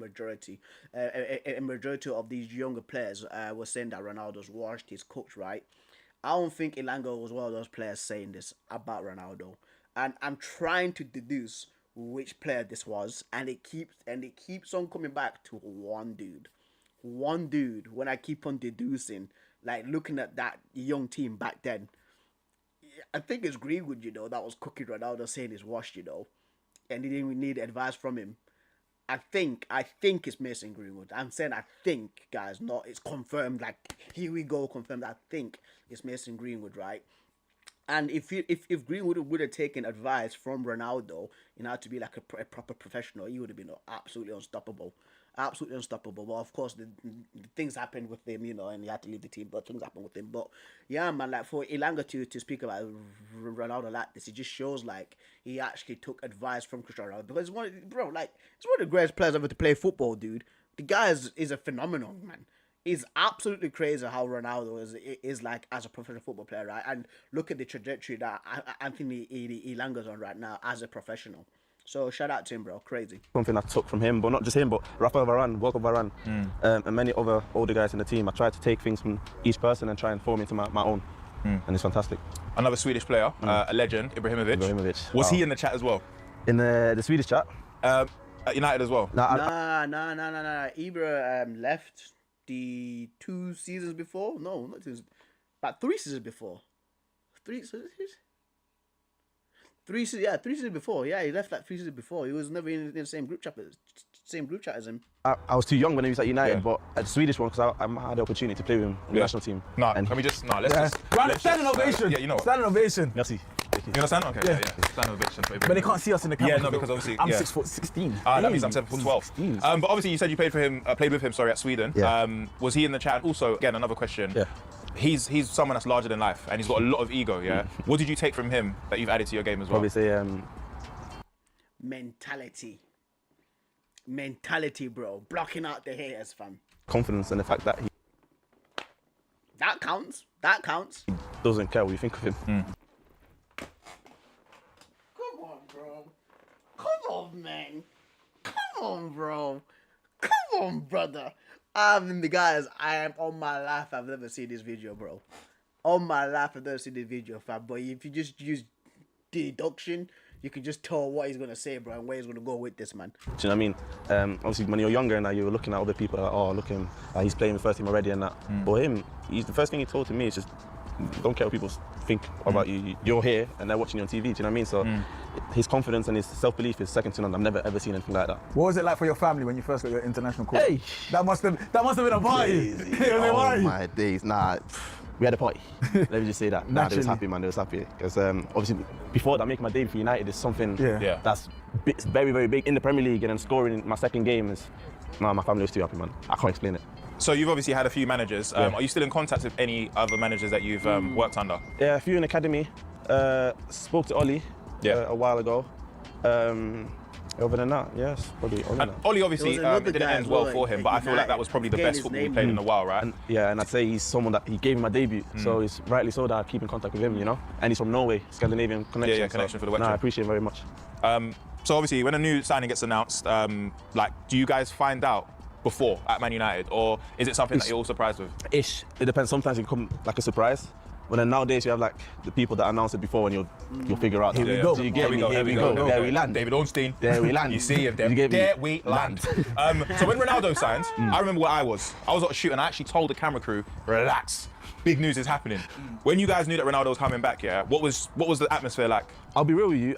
I found out on the day it actually happened, because there was so much noise going on. You didn't know if he was coming. You didn't know if he was going to City. You didn't know if he was going to another team. So when it actually happened, I was shocked, and everyone was shocked. But it was like we knew if he was to come to our team, he could make a big difference, and that's what he did. I don't know how many hat-tricks he scored when he came at that age. Yeah. It was crazy, man. Do you remember that time? Was you still at United when the Europa League at Sociedad? Sociedad. Away? Yeah. When? No, I don't think he was. No, that was the 20th. Was he? Because Garnacho scored. The roof. It was a roof with a net finish. And they did the celebration, the sleeping celebration. I don't think he was there, was he? I don't think he was there, bro. Was he there? I don't think he was there. Oh, was he? I can't remember. Anna scored? Yeah. Yeah. Do you remember I was on the plane with you? Hey, don't. All right, cool. So, No, because that one there. If he was a bit tighter, a bit longer. Nah, bro, that was a while ago, innit? So a lot's happened since then. No, I remember of you was on the course, plane. I was there. Oh my days. Riding with the first team, yeah? I was in the back. I was where the suitcases were. Yeah, I was. All right, what's the last photo that you've taken? Last photo I've taken? Oh, let me check. No, go Check me. I don't know, my last Checking me checker. Checking me check. That's one of the most. Listen, bro. Listen, fam. You got into uni. Massive thing, fam. Massive thing, dude. Take it seriously. Show up to your lectures. Revise. Study. Do not party, fam. Do not party, bro. Focus, because this is your future. This is the profession that you're going to go into. It's massive stuff, bro. Congratulations, fam. Brilliant. Hard work. Your hard work paid off, lad. I'm happy for you, fam. I'm actually happy for you, bro. But we're still selling you on pro clubs, though. We're still selling you on pro clubs, fam. 10 pence. Iconic ways of speaking. That's what I took with Sanch. That's what I've got. Friends, bubble friends. Sanch, yeah. So you and Sancho have both obviously gone to different teams. Yeah. It didn't work out for Sancho at United, but he seems to have found his form at Chelsea. Yeah. In your opinion, how good is Sancho? And it was a very you lot drew that game as well, which was probably good to see your friend there. But how good is Sancho? That guy is. I mean, you see what he did in the Champions League last season, and he's brought that quality to Chelsea, and I think that's helped Chelsea in a way, and they're looking even better than they did last season. And I think Sancho's just a different level, man. He's a top guy, but a top player as well. When you're playing against your friend, are you giving your boys on your team a little tip like, yo, I know he does this, I know he does that? Ola and Sancho, they know each other, innit? Yeah. So they had a good battle. Yeah. I think Sancho made him a little. You have to, fam. I think when you're playing against your friend, because this has happened to me before, by the way, guys, and I took it a little bit easy on my guy, bro. I did, bro, because I that back on my mind, like, he's actually my friend, But my other friend who knew him was like, Preston, what are you doing, man? Like stop being a bitch. Like, go into him, bro. But if I'm in a Champions League final against my friend and my teammates defending against him, I was like, bro. He usually does like a step over to the right and then likes to freaking cut in. Watch out for that move. Watch out. I'll be telling him everything. Because you want to win, dude. You want to win, bro. And your friend wants to win as well. So it's fair play. It's fair play. Those 90 minutes, you're up against your friend. It is fair play, bro. It's fair play, but not cheating. Of course, not cheating. But you just have to you have to do everything you can aside from cheating to win, bro. But all I got him back and megged him, so Yeah. it's a little draw there. All right. What's your most liked post ever? Like post ever. Maybe when we beat United. Or no, I think it might be the photo with me and Cristiano celebrating. I think I think if you post some pictures with me and you, it will triple me triple. Triple me Wow. triple. No, Double me Anthony, double. Anthony's awake today. No, he's awake. He He's knows, locked in. because he knows He's the locked in. stocks. He's locked in. Let's take the photo. Let's take the photo now. Can you take the photo, Yeah, let me please? take it. Let me take it. Okay. How are we gonna pose? Let's do the tonton pose. Tonton pose. Tonton pose. There we go. Locked in. One group chat, man. Hey!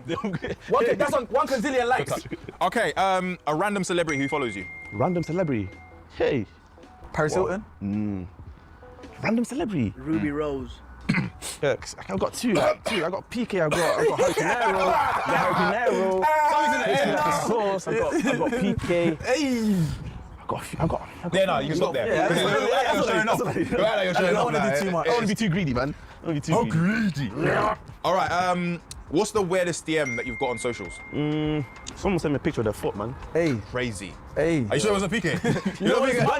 I got dinosaur feet. You don't want to see my feet. And you see with social media, obviously, when you're playing and you might have had a bad game or your team's going through like a rough patch, do you tend to stay away from social media?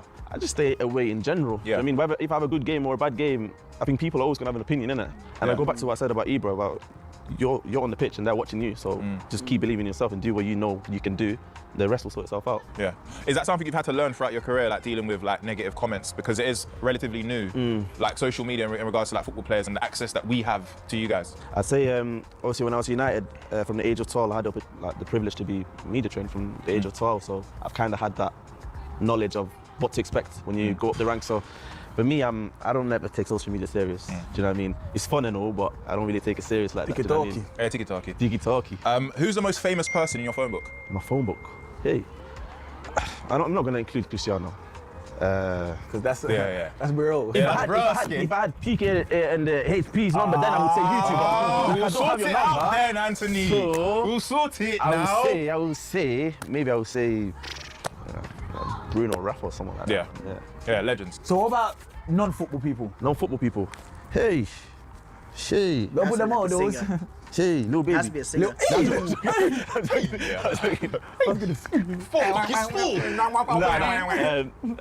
don't know if you know this artist, Chacola Melo. Yeah, I know Chacola. Chacola. All right. Can I be honest with you though? I wish I was. Well, I kind of am anyway, because my granddad's from Senegal. Okay. Hey, you speak all of them? No, that's the thing. My granddad, he came to Sierra Leone and had his family. What does that mean? You love your culture. You know Lingala? Of course I know Lingala. Hey, now better Zambe.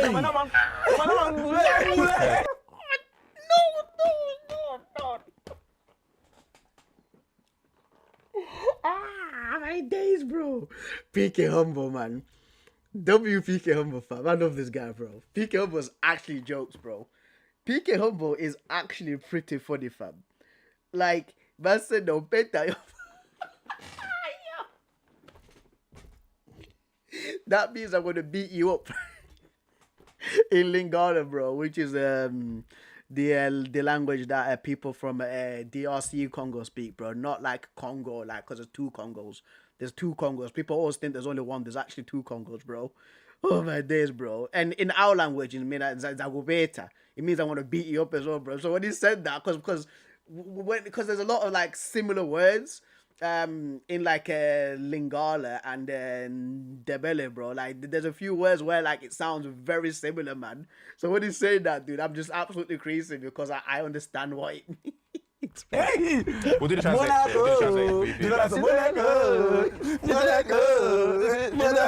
right, stop because all right, guys. All I'm gonna say though, brother, you're gonna see a spike of Congolese and French speaking African countries. Fuck up on. All right, most played song or artist? Most played song. Oh my days. Can I go on my phone? Yeah, of course you can, bro. This is. I want to know. See, I'm very. I've got loads of. What do you predominantly I don't listen want to hear to? no Swedish House Mafia. Nah. Don't you turn around. What are you guys doing up at freaking 12:30 at night? Well, it's 1 a.m. now. You man should be in bed, bro. You man should be in bed, fam. You man should be in bed, bro. What are you guys doing up at this time?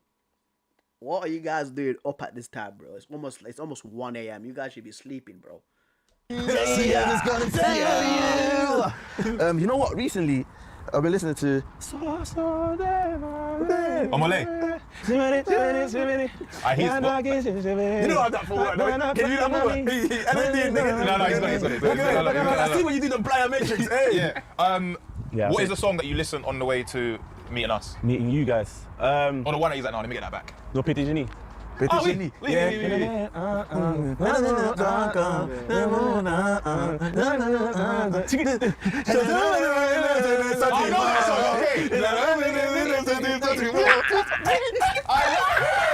is crazy. Okay. I did that one on the way here, though. So obviously, when you play for Manchester United, if you are a player that is loved by the fans, there's a song. Yeah. Now, rhythm is a dancer. Come on. You can't be when topped. you heard that. That can't be topped. No, it can never be. No, but when you heard that and you heard the fans, singing that from the Stretford end, how did that feel? And obviously, you being an academy player, making your way to the first team, what did that do for you? I remember the exact same game. It was West Ham at home. Bro, that was... I don't know how to explain this feeling because it's like you gotta actually be there, walk out the tunnel to experience it. And when I first heard it, oh man, bro, it's amazing, man. Honestly, I don't have any words to explain that moment. Well, obviously, you went to Old Trafford and you won. But there must be still a part of Man United that's still in your heart. Do you still like check on results and stuff and check on players that play there? Of course, because I still have loads of friends there. Do you know what I mean? I still have people I speak to. I still speak to Bruno. Yeah. Him to me is probably the most important player there that's helped me become the person I am today, the player that I am today. He's helped me a lot, man, when I was in the academy. And he's someone that still speaks to me today. And when I made that assist against Liverpool, he texted me. I actually texted him and said, yo, did you see that assist? That's right. Okay, that's cool. That's cool, bro. That is cool, mate. That is absolutely cool, bro. That's right. So yeah, I've still got loads of friends, so I still check up on them now and then, you know? What's the last thing that you Googled? I Googled, how tall is HP and how tall is PK? Because I've been hearing different things. PK saying he's 6'16". I'm 6'16". 16 is different. And you are... I'm 7'12". Hey, Goliath. I'm a larger than life. Larger than life. I'm larger than life. All right. Which teammate is the hardest to get hold of on the phone? Oh man, Callum, Hudson-Odoi, and Ola Aina. Yeah. But they'll probably say the same thing about me, but that's false. Yeah. That's false. So you're saying, okay, so you're calling Callum. You're like Caltech. You know when they have two phones, they don't pick up the two phones. That's when you know. That's when you know. But I always put my phone on Do Not Disturb. I'm a Do Not Disturb. Do you ever put your phone on Do Not Disturb? Yep. Bro, I can show you my dialed list. And I know how it feels like. My dialed list, bro. Where is my keypad, fam? Actually, no. This makes me look bad. I'm not going to show my dialed list, guys. I'm not going to show my dialed list because this makes me look actually pretty bad. I pick up my phone a lot. I do pick up my phone a lot. It's just today I was working. Phone did ring. There's a lot of red here, but there's a few mandem that I call. They don't answer the phone, fam. The bum that lives in the next door room, bro. One guy. Junior. Another one, fam. Code Suledo over there didn't pick up. Like, why do you guys have mobile phones if you're not gonna pick up the freaking call, bro? Why?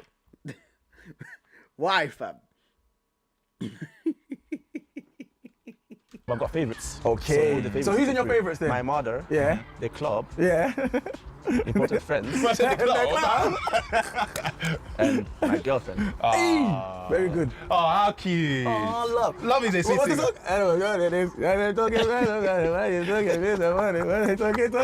I said talking. I put my heart in this. Why is it really good? Why is it speaking? So we say, till I come down. Oh, wow, what a guy. All right, do you listen to any podcasts? Essen Gigs. Yeah. Essen Gigs, yeah.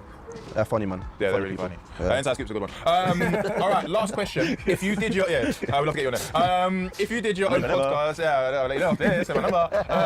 if you did your own podcast, who would be your dream guest? Oh, man, you got them right here, man. No, it's just a vibe. No, that is like a Ghanaian calling for Banku. No, but I'm saying, sorry. No, but okay, besides from us two, let's say you could get 4 guests from different walks of life. It could be athletes, musicians, This guy said did it, booth.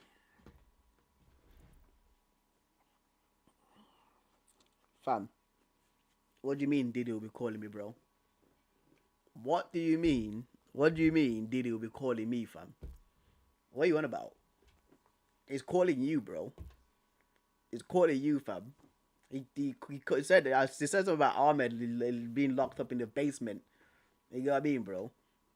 Something about Ahmed being locked up in the freaking basement, fam. Like, that's you, man, bro. Well, it could be anyone. Hey! You like that? Hey! You don't know that whipping G. But yeah, it could be anyone. I'd probably say Michael Jordan. Yeah. Dead or alive? Yeah.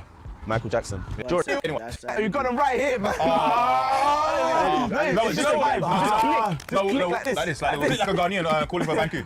No, but I'm saying, sorry. No, but okay, besides from us two, let's say you could get 4 guests from different walks of life. It could be athletes, musicians, it could be anyone. 4 guests from different walks of life. Epstein. You got... I'm never gonna Valentino. I'm never gonna even entertain that, bro. I'm never gonna entertain that, fam. You know what I mean? You had this boy moving crazy in the Club World Cup, bro. You had this boy moving crazy in the club. I'm never gonna entertain that whatsoever, fam. I've already said enough. I've already said enough, bro. But 4 people who I would pick. 4 people who I'd pick.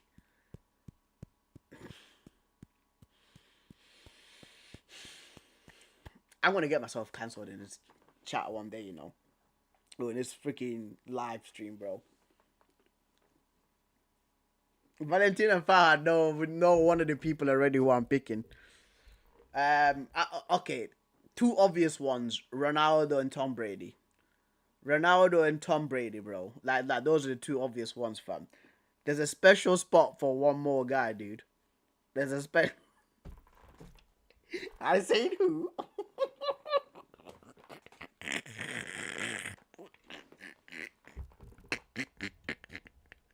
Hey!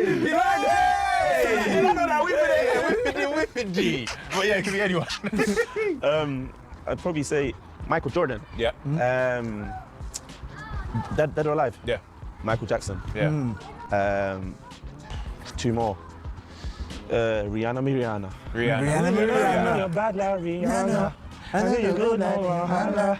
But we're not gonna get this because copyright. Oh no. What vocals? Oh, you can sing, yeah? Yeah, man. Since when? Sing. Bro, sing since when? Hey. I'm a man. What's the saying? You can bring the Jack of all trades, master of everything. Yeah. No, there's only one master of everything. Senior. Okay. Yeah. And then last one. Last one. Oh man. You know what? I really want to know Trump. Donald Trump. Just to understand. Yeah. Mentally, is it all there? Is it Just to understand. Are you still Yeah. Are you? What? MJ, you ain't a Bulls fan or fam? Bro, what do you mean I'm not a Chicago Bulls fan, fam? What do you mean? Where is my tops? Where are my tops, bro? Where's my other one? There's my other top somewhere. Where's my Derrick Rose one? Where's my Derrick Rose top? Is it down there? Did I drop it? I had the Derrick Rose top somewhere, but I don't know it's gone now. I had the D Rose top somewhere, bro, but I don't know it's gone now, fam. What do you mean? What do you mean? What do you mean? What do you mean, bro? What do you mean, fam? What are you on about? What are you on about, bro? Where's my D Rose top? Is it with the laundry? I had the Derrick Rose top somewhere, guys. Oh, I put it. I actually do not know where I put my D Rose top at. Oh. What do you mean, bro? What do you mean, fam? Like on it, like obviously I support the Chicago Bulls, bro. Even though they're terrible, fam. Of course I support the Chicago Bulls, bro. Because of Derrick Rose. Before people start complaining about Michael Jordan. Just to understand, you know. Well, Anthony, honestly, I've done a few of these, and this has probably been the best one. Honestly, I haven't done a lot of these, but I don't think anything. But God willing, there'll be more. God willing, we say, inshallah. With that being said, Anthony, thank you so much. I've been Harry Pinero. It's been PK Humble and Anthony Alanga. Make sure you like, comment, subscribe, hit the notification bell so you're notified with Pro Direct Soccer. Yes, sir. Awesome. Upload. With that being said, so yeah, the Inside Scoop would be good to have you on because I think it's more for my son in his future. And you haven't given him a present since he was born. That was absolutely awesome. That was fun. That was fun, bro. That was a fun, mate. Which one should we do? Which one should we do? Or should I call it a day? Because it's almost 1 a.m. I need to edit these videos. Man. It's been what, 2 hours? I think I'm gonna end it there, guys, bro. I think I'm gonna end it there, bro. I think I am, fam. Let's see these debates. Nah. Guys, I'm gonna end it there, bro. Thank you so much for the chat, for coming through. Actually, no, I won't end it there. What am I doing, bro? What am I doing, fam? I'm not ending it there. We'll continue, fam. The show goes on. The show goes on. It's gonna take a freaking wrecking ball to get me out of here, man. Right. Let's see, bro. What the frick? What is this? Look what's coming up, bro. What's Elon Musk already promoting, man? What's this guy promoting, mate?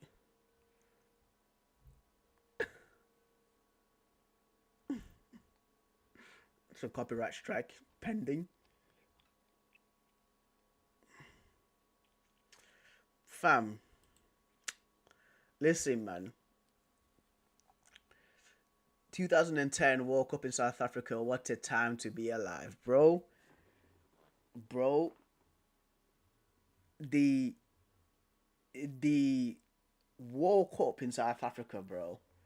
And especially having like family members being South African, having some South African heritage. Like this, for me, I was proud, bro. The way that me and my dad celebrated that Shabalala goal, the Shabalala goal, bro, was crazy, dude. I've never seen my dad, even like when he was watching freaking Man United, I've never seen my dad jump up and be like, yeah! I've never seen him celebrate a goal like that, man. And then, of course, like, the ball, you know what, right, guys? The ball actually means, like, be happy. But the ball did the exact opposite of making people happy, bro. The ball was flying everywhere. The Jabulani ball, bro. Like, guys, let me see. Like, honestly, this is what Jabulani means. Jabulani, bro. To rejoice, to be happy, bro. This ball did this exact opposite, fam. The amount of people that this ball frustrated, bro, aside from like only 2 men in that competition, that was Diego Forlan and Kiske Honda, bro. Like, that ball was crazy. It was absolutely crazy. And I think this tournament too was a tournament where it introduced David Villa to the world, in my opinion, because I know about David Villa about 3 years prior to that, right? But like the tournament that David Villa had and the way that Spain moved throughout that tournament, like Iniesta, like that was like the peak dominance of like Spanish football, in my opinion, bro. Shakira's Waka Waka, Kanon's when I grow older, I will be stronger. They call me freedom, just like a waving flag. Bro, like this World Cup was absolute vibes, bro. What a time to be alive. I was 15 years old. Oh yeah, I was 15 years old when this thing was happening, bro. And freaking Paul the Octopus, man. Paul the Octopus, like this guy was getting every freaking prediction right. Paul the freaking Octopus, he was getting every prediction right, and the Vuvuzelas, man, oh man, and the sticker album too. I remember at the online version for it, and I actually completed it. I completed the online version, bro. Oh my days, mate. Oh my days, man. Like the South Africa World Cup was absolutely lit. Man. Like I enjoyed. I want to see the comments actually. The Vuvuzela, Shakira's anthem, Jabba Pure Magic World Cup like no other. Yeah, man. Like there was like, and you know, guys, you know how like right now, right? There was like the whole press about like the Qatar World Cup being hosted like in the winter. All this like basically bad vibes going into the tournament. The tournament was actually really good. Same thing with like right now, like for next season, for next year in the 2026 World Cup with like America, right? And people saying, oh, there's gonna be like deportations. Trump's gonna have ice at the stadiums and arresting people. In South Africa, there was no such thing, dude. We were just like, yeah, vibes, music, bro. Like it was, yeah, like such a complete tournament. Like the bangers as well, like the goals that were flying in. Van Bronckhorst's goal, bro. Like the goal that Van Bronckhorst scored from like near like the freaking halfway line on the left side. Yeah. You had to be there. You had to be there, bro. You actually had to be there, bro. This guy says Javelin was a ruin. They're still here over noise watching the photos. This guy's an absolute retard fan. He's a proper retard, fam. You can tell that he doesn't enjoy life, bro. With the Judge Dredd with the Judge Dredd freaking picture, man. You can tell he does not enjoy it whatsoever. You can tell, man. But what else did I want to do, man? What else did I want to do? You know what? Let's jump on Instagram. Let's jump on Instagram, mate. Man like Chase. I like this guy's music. This is not a weed song. Right. I can't play it. Maybe it might be copyrighted. Man like Kieran. My guy Kieran, bro. Let's see what's he saying. That's his new apartment. Yeah, Kieran's been killing it, bro. Shout out man like Kieran, bro. Kieran's actually absolutely been killing it, fam.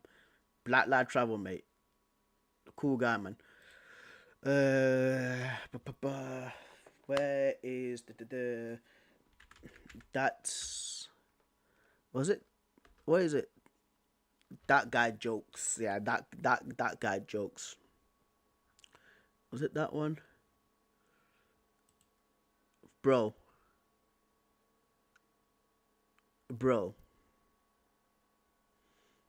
The story continues. The story ain't no way, bro. Dude. Ain't no way, fam. Ain't no way, bro. Ain't no way this guy actually... Nah, bro. Nah, dude.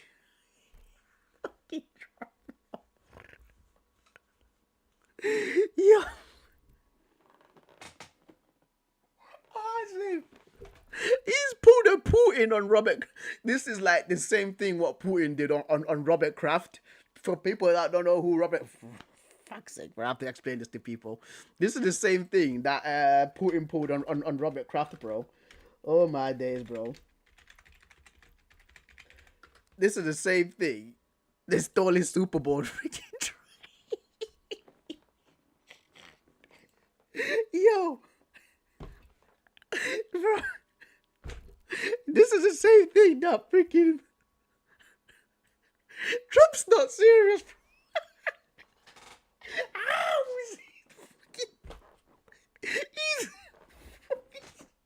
This side quest, Trump's side quest in the Club World Cup has been peak comedy, bro. Has been peak comedy, man. Touchline coverage says official Donald Trump has kept the original Club World Cup trophy in his Oval Office, with Chelsea lifting a replica. Chelsea actually lifted a replica, bro. It's not even like the original one. For the inaugural tournament. For the inaugural tournament, Chelsea's not lifted the original one, man. Oh my days. Youngman says Trump lifting an international trophy before Arsenal. What's going on in this world? This is not real life. This is not real life, bro. This is not real life, bro. Oh my days, dude. Oh my days, bro. Oh my god, bro. Nah, bro. Is this actually real, bro? Before. Is this actually real? Is this actually real, bro?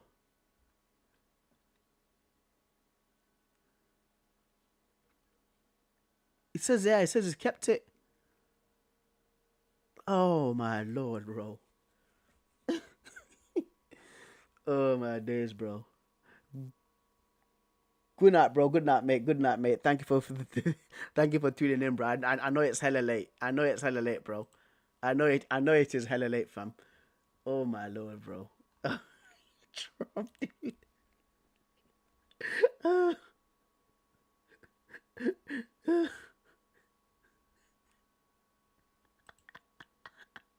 Oh my days, bro. Oh, there was one video. What your ma and his mates were doing to the dwarfs on this 18th birthday party. These guys are just zipping the ball around, mate. Oh my god, bro. Oh my days, bro. As if these guys were zipping the ball, bro.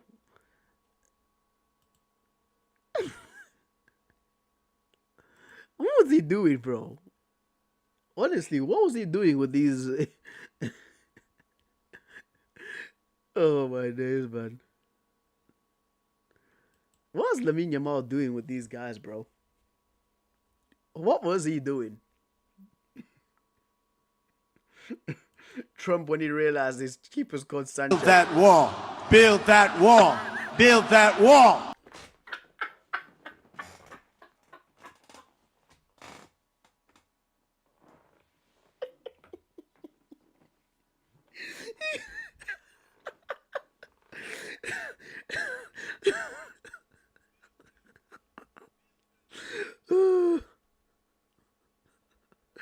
Oh my god, bro.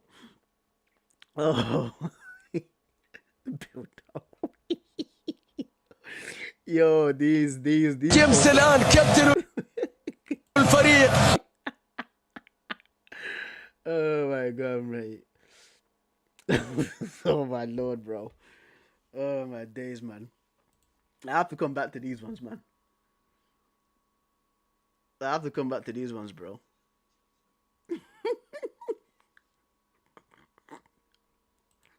I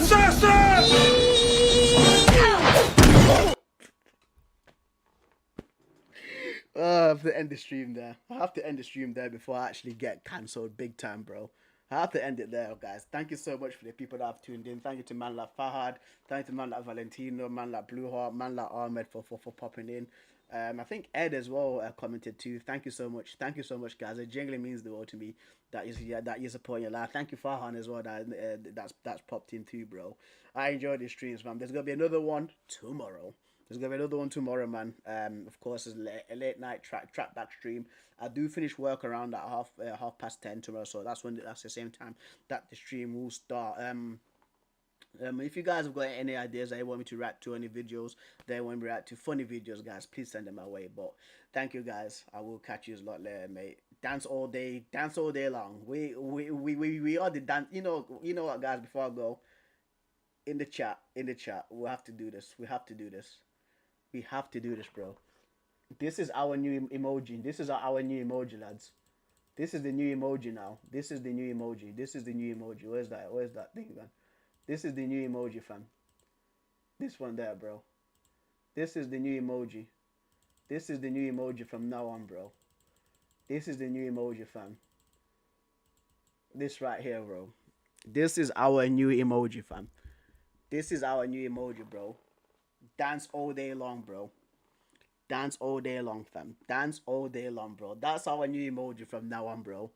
That's the new emoji from now on, bro. That's our emblem, fam. The dancers, bro. But yeah, guys, thank you so much, man. I will catch you a lot later.